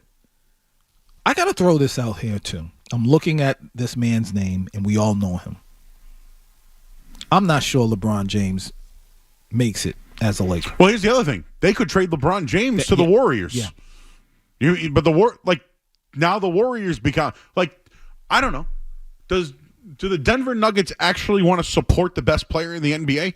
I've talked about the Celtics being supported and Luka being unsupported. Now LeBron's being supported. What's going on with with Luka Doncic? Yep. Damn, Milan Lucic always mixing in on that one. No, think about this. The trade deadline has become interesting. The Lakers could move. This can happen. By the way, LeBron is denying that he knew any of this. Oh, please. He was out to dinner or something like that? He's so fake. Just like The Godfather was at his, he was at his kid's, christening. Why are we... Everyone got shot. No, to me, he's more like Fredo. Before Michael... LeBron's now like Fredo? He's like Fredo. He plays. He was the oldest. Maybe felt entitled. Before, remember when Mike shows up and they have dinner and he tells him to get rid of all the prostitutes and get him out of here. When they're having a party for him. And he's asking Fredo a bunch of questions and he's like, I don't know what you're talking about. And then when he finds out that he did, and he goes, "Yeah, Johnny O told me this." Yeah, and he's like, "That's LeBron." You talking to Johnny O, bro? LeBron, stop it. LeBron probably pressed the button. Unbelievable. Nobody tells Mo Green what to do. I might have to watch that tonight. Nobody tells Mo Green what to do. Jeez, how do we get back to this now? Some guy yelled at us about The Sopranos earlier. Even though I was talking about Bucky. Oh, please. I'm so tired of people. All right. Wait, I got to bring up one more thing. Okay. Yo, for all you Laker fans that just think it's an automatic thing. Oh, maybe I shouldn't. No, I'm going to say it. I'm looking at the roster, and just the fact, once again, the Lakers are a mess too. Bronny James. Come on, dog. Bronny James. They got a lot of issues. So this is why it leads me to believe the Lakers aren't finished yet. And I wouldn't be shocked if LeBron if they move on from him. It's chaos right now. But they got Luka. And if Luka if he's locked in and ready to go, they might be able to build around him for the future. During the break here, let's spend some time looking at some of these big time addition trades. Mm-hmm. Dame, Karl Anthony Towns, just have they worked? Okay. Let's just right now, everyone's competing against the Celtics. I think. The next Jimmy Butler move could be the move. It's interesting, but he really could put certain teams over the hump. Yeah. I wonder where he ends up. All right, well, I'll take a quick break. I'm Joe Murray here on the Sports Zone. You're listening to Joe Murray on 98.5.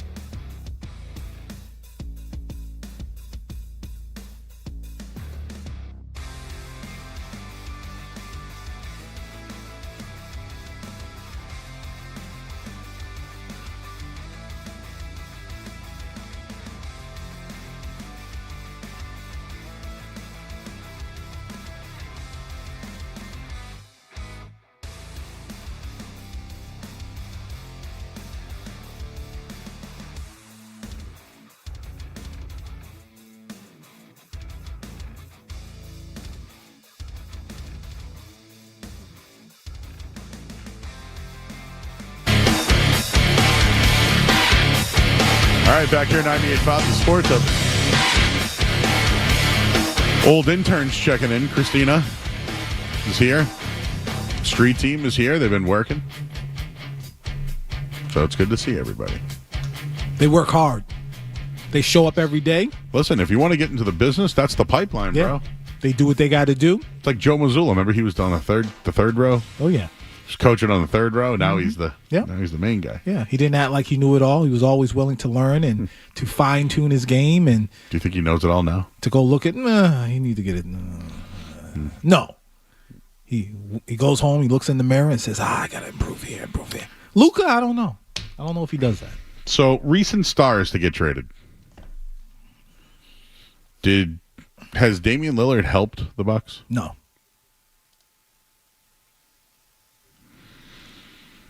I would say no.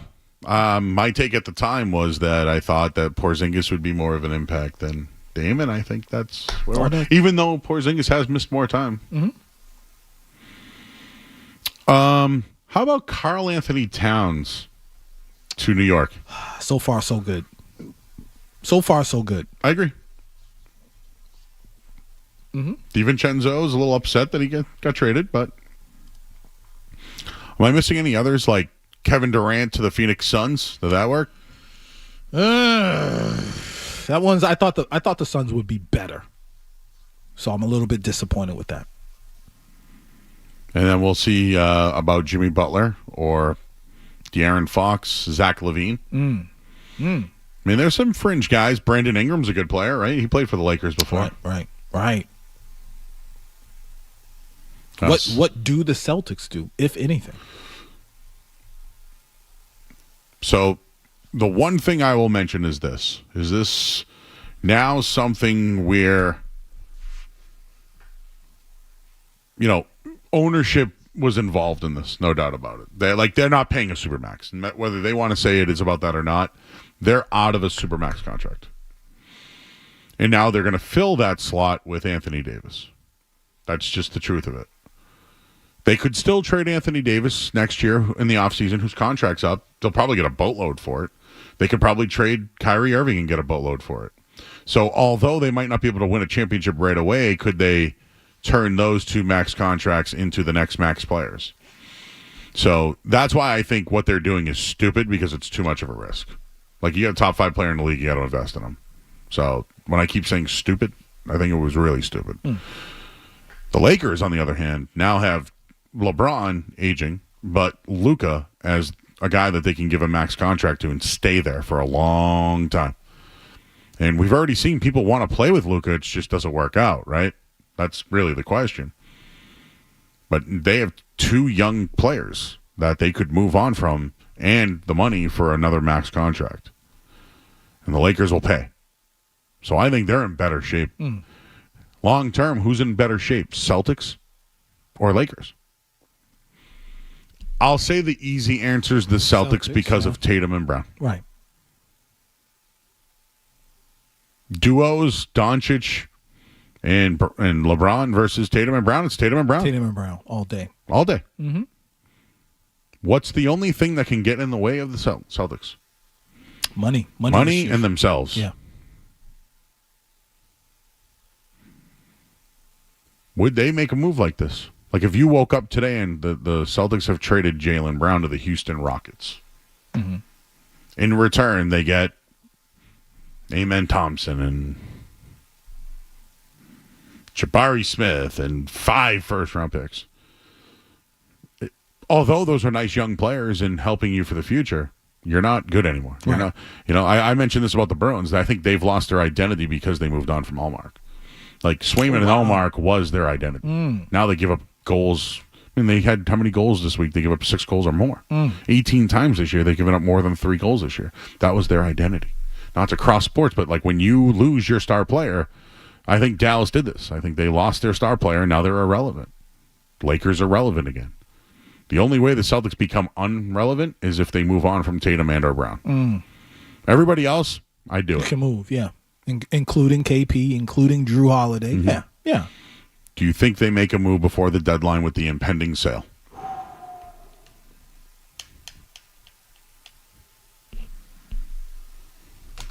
I say no. I think they went all in. And I think whoever the new owner is will have to worry about that one. But if they want $6 billion, they might not get it with this luxury tax.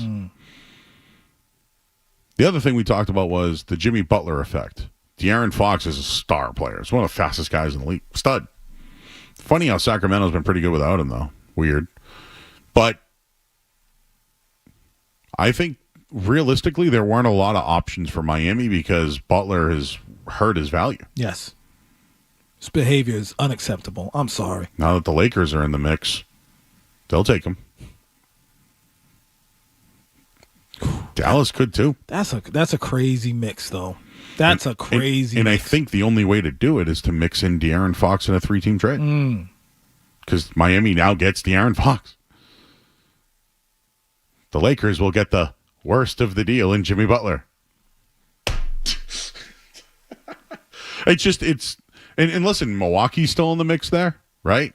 But Butler with Giannis, I'm out. I just don't think it would ever work because they're not 3-point shooters. Butler in Dallas, well, you got your 3-point shooting in Thompson and Kyrie. Barely with and Thompson. but you got your big already. Yep, you got your big. Yep. That's at least like we moved on from him because of this. But Butler's contract, they will be able to replace that money down the line. So I think it's the Lakers that won big time. Wow. Not because of what it sets up for them. They've drafted well. I mean, I hate J.J. Redick. I think he sucks. I really do. I don't think he's a good coach at all. But when you get Luka Doncic on your team, it's kind of easy to coach, right? When you have good players, it's easy to go. Joe Mazzulla. Got to coach. Say what you want. Too. Yeah. Sam Cassell will do that for the Celtics later on in the year.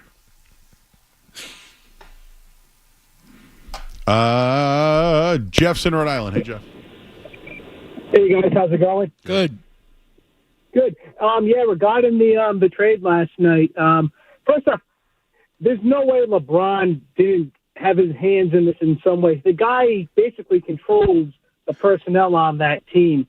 But like you said, what's the dollars that Luka lost not being able to get the Supermax deal? And maybe this is, I like to think in his case, I think the Lakers won this trade for all the reasons you said, Joe. But is it a wake-up call for him to say, hey, listen, I got to get myself in shape because down the road this is going to happen? But like you also said, the domino effect of this trade with De'Aaron Fox and Jimmy Butler, and it kind of like you said, if this goes the way you were talking, now Miami becomes a relevant team again. And it makes things very interesting. And real quick, what was your take on the Royal Rumble last night? We're going to start doing a show at a segment at night called When the Listeners Aren't Listening. I like that. Because we do when the hosts aren't listening. So we'll do a segment where the listeners aren't listening. Can't blame them. Sometimes they're busy doing something else and they tune in when they tune in. He was on hold when we were. Oh, he was? Oh, yeah. Oh, boy. Ralph's in Cranston. Hey, Ralph. Hey, guys. LeBron didn't know about this yet. Come on, LeBron. You got to be kidding me. Make a move like this without telling him. You know, you've got two guys here, Doncic, LeBron. You can always say, wow. These are both face of the franchise players who both need the ball. They're used to doing it. They're go-to guys. You know, it's funny because when I look at this, you never know how it's going to work out. Now, I look at the Celtics. You mentioned the Celtics. They got Tatum and they got Brown. Both need the ball in their hands. That's why Porzingis is so valuable. Now, you got Porzingis, Holiday, White. Great players. They don't need the ball. They can do everything. They get the ball. They can score, but they can play defense. They do this, they do that. You don't know how this is going to work out. You have to play it out. Now, I'm a lot older than you guys. I remember years ago when the Philadelphia 76ers, I was a little boy, acquired Wilt Chamberlain, toughest, best guy in the league. San Francisco never recovered making that move. It took them 10 years to recover. So you don't know. Now, this long-term is a good move for the Lakers because he will be the next stop. LeBron, either this year or next year, is going to be his last. But we can't say, because this also made the Lakers less defensive-minded and slower Doncic is a slow player. He gets beat a lot if you beat up on him and you pick him a lot and you do stuff like that and you run by. Celtics ran by him all series in the finals last year. But this has to play out, because these guys, can they handle it being together like this? I don't know. And they're two guys that really, like I said, they're the face of the franchise. They need the ball. People are saying, "Oh, now they're worthy for a championship." I'm not so sure. And guys, if Davis was a healthy player, I wonder if they would have did this if he wasn't so injury prone. He's a dominant player. He is healthy this year. He's been. Yeah, I know this year. Healthy. But I mean, if he was, and he showed that over the last 8 years, where they really wanted to make it as much, I don't know, because he's another game from being correct. I love Doncic. I love what he does. LeBron's LeBron. But let's let this play out. This may not work as well as we think. Okay. I'm sorry, Ralph. I didn't mean to cut you off. This is just from someone who watches the games. I don't think LeBron is handling the ball as much as everyone thinks. They're trying to develop Austin Reeves as their point guard. Austin Reeves has the body type of who? Luka Doncic. So that's what they're going to get. So, if anything, could Austin Reeves' game shrink because of Luka? But I think LeBron's going to be more of your inside guy because they don't have a big. Yeah. And if LeBron's going to prolong his career, yep, he's going to have to play a different style. It's going to be very interesting to see how LeBron handles Luka. If Luka still maintains the lackadaisical approach about defense, defense and preparing his body. For instance, I have an idea that, let's say, LeBron after games might show up to the gym and still take, 500 shots. Or he's always doing something to get himself prepared for the next game, to prolong his career.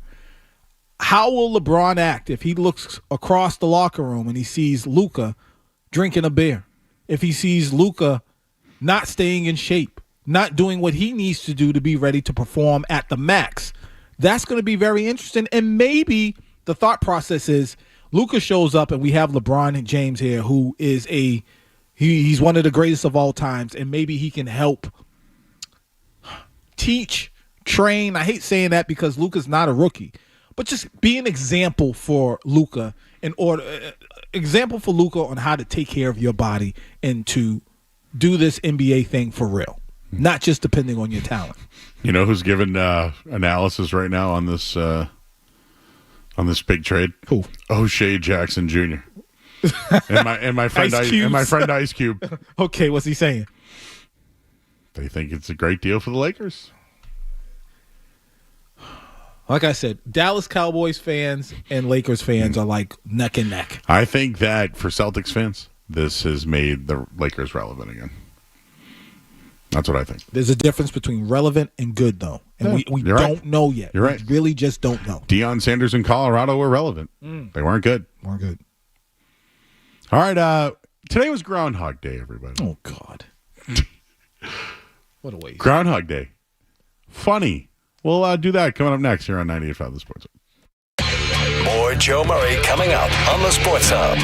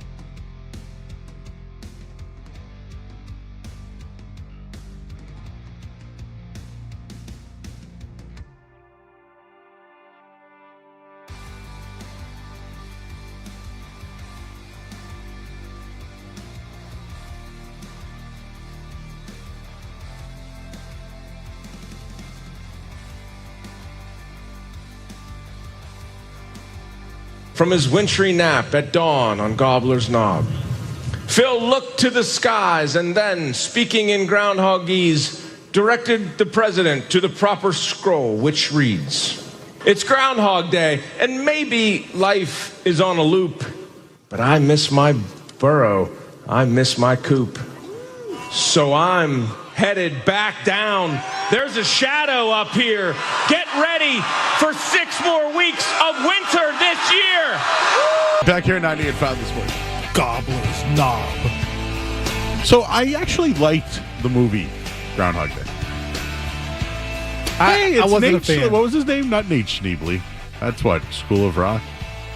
What was his name? When every day you saw the same guy. It was like an insurance guy. Ned? Is Ned.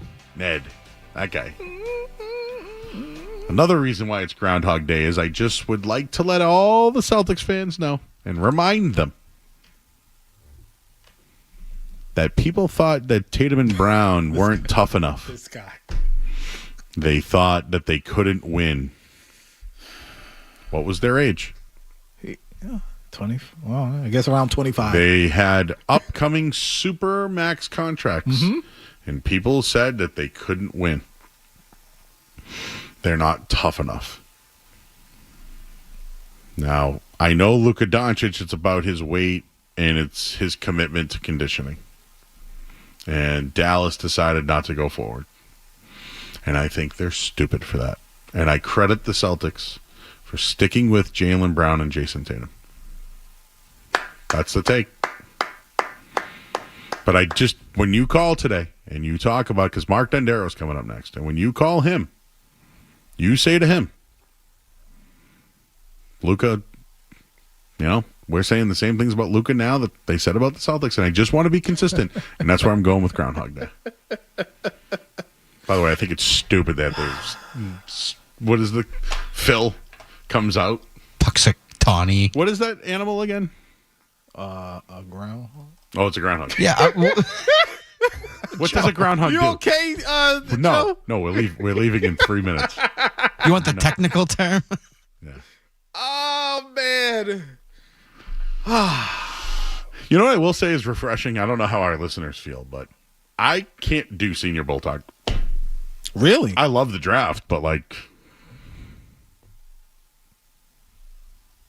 No, I'm with you. I said really, like, I can't believe you, but I'm with you. By the way, we're not going to be together next week. I'm working an event. We're off. We're not together next week. Yeah, not together next week.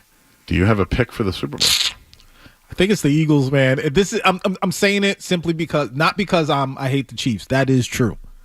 I think the Eagles, man. I think just both sides of the ball, they are just ridiculous. And then, like I said last week, Joe, remember I said I would be surprised if the receivers for the Eagles show up, and guess what? They showed up. They showed up. They're going to have a harder time running the ball against the Chiefs, but Saquon's still going to put up numbers. And I believe the receivers are going to – it's going to be fun. But I got the Eagles. I can look at you and tell who you got. I can already tell who you're picking. To be honest with you, I have not given an analysis yet. Oh, really? Yeah. I'll be on, though, Monday through Friday this week, 6 to 11 o'clock. The Joe Show, it's called, at night, if you listen. I'll do Joe Me the Money on Friday. Oh, yeah. Popular show. I saw those numbers. Yeah, it's highly rated. Did you see that? I saw that. Good Lord. Especially the 18 to 49 crowd. Thank you very much. Oh, yeah. I know we don't get paid for that, but I thank all of you. And even those that are out of the 25, like if you're 55 and above, thank you. Yeah. Because you don't count, but you know what? I know you're there. Oh, they count. Well, they don't really count, but it's in the heart. It's in the heart. Yeah, they should do that. They should do a 55-plus rating. Because I think they listen to us, Leroy. Mm-hmm. I will say this. As far as the Super Bowl goes, though, the line opened 1.5 Chiefs. There's going to be a lot of money coming in on the Eagles. And once that line moves a little bit, like if it gets past a pick 'em and the Eagles are favored, then I like the Chiefs. Until then, I'm waiting. Well, I sent it to Jeff, but I don't know if it was clean enough. But I wanted to see if we could get the cheeseburgers in. Not clean enough? No, okay. It's not clean enough, though. Man, Probably not. got these cheeseburgers, man. You'll do what? Ew. Who's this final hour brought to us by? Oh, snap. This final hour is brought to you by Valvoline Instant Oil Change. Enjoy quick and convenient vehicle maintenance this month. Visit NewEnglandOilChange.com for 15% off to drive through oil change at Valvoline Instant Oil Change. Now open in Weymouth, Canton, Bedford, and Natick. That's it. There it is. Go Celtics. Beat those Sixers. Mavericks tapped out again. Celtics did it. All right, Jeff Williams, excellent job. Leroy, thank you, sir. I'm Joe Murray. Stay tuned. Mark Denteros gets you for the rest of the afternoon here on 98.5 The Sports Hub.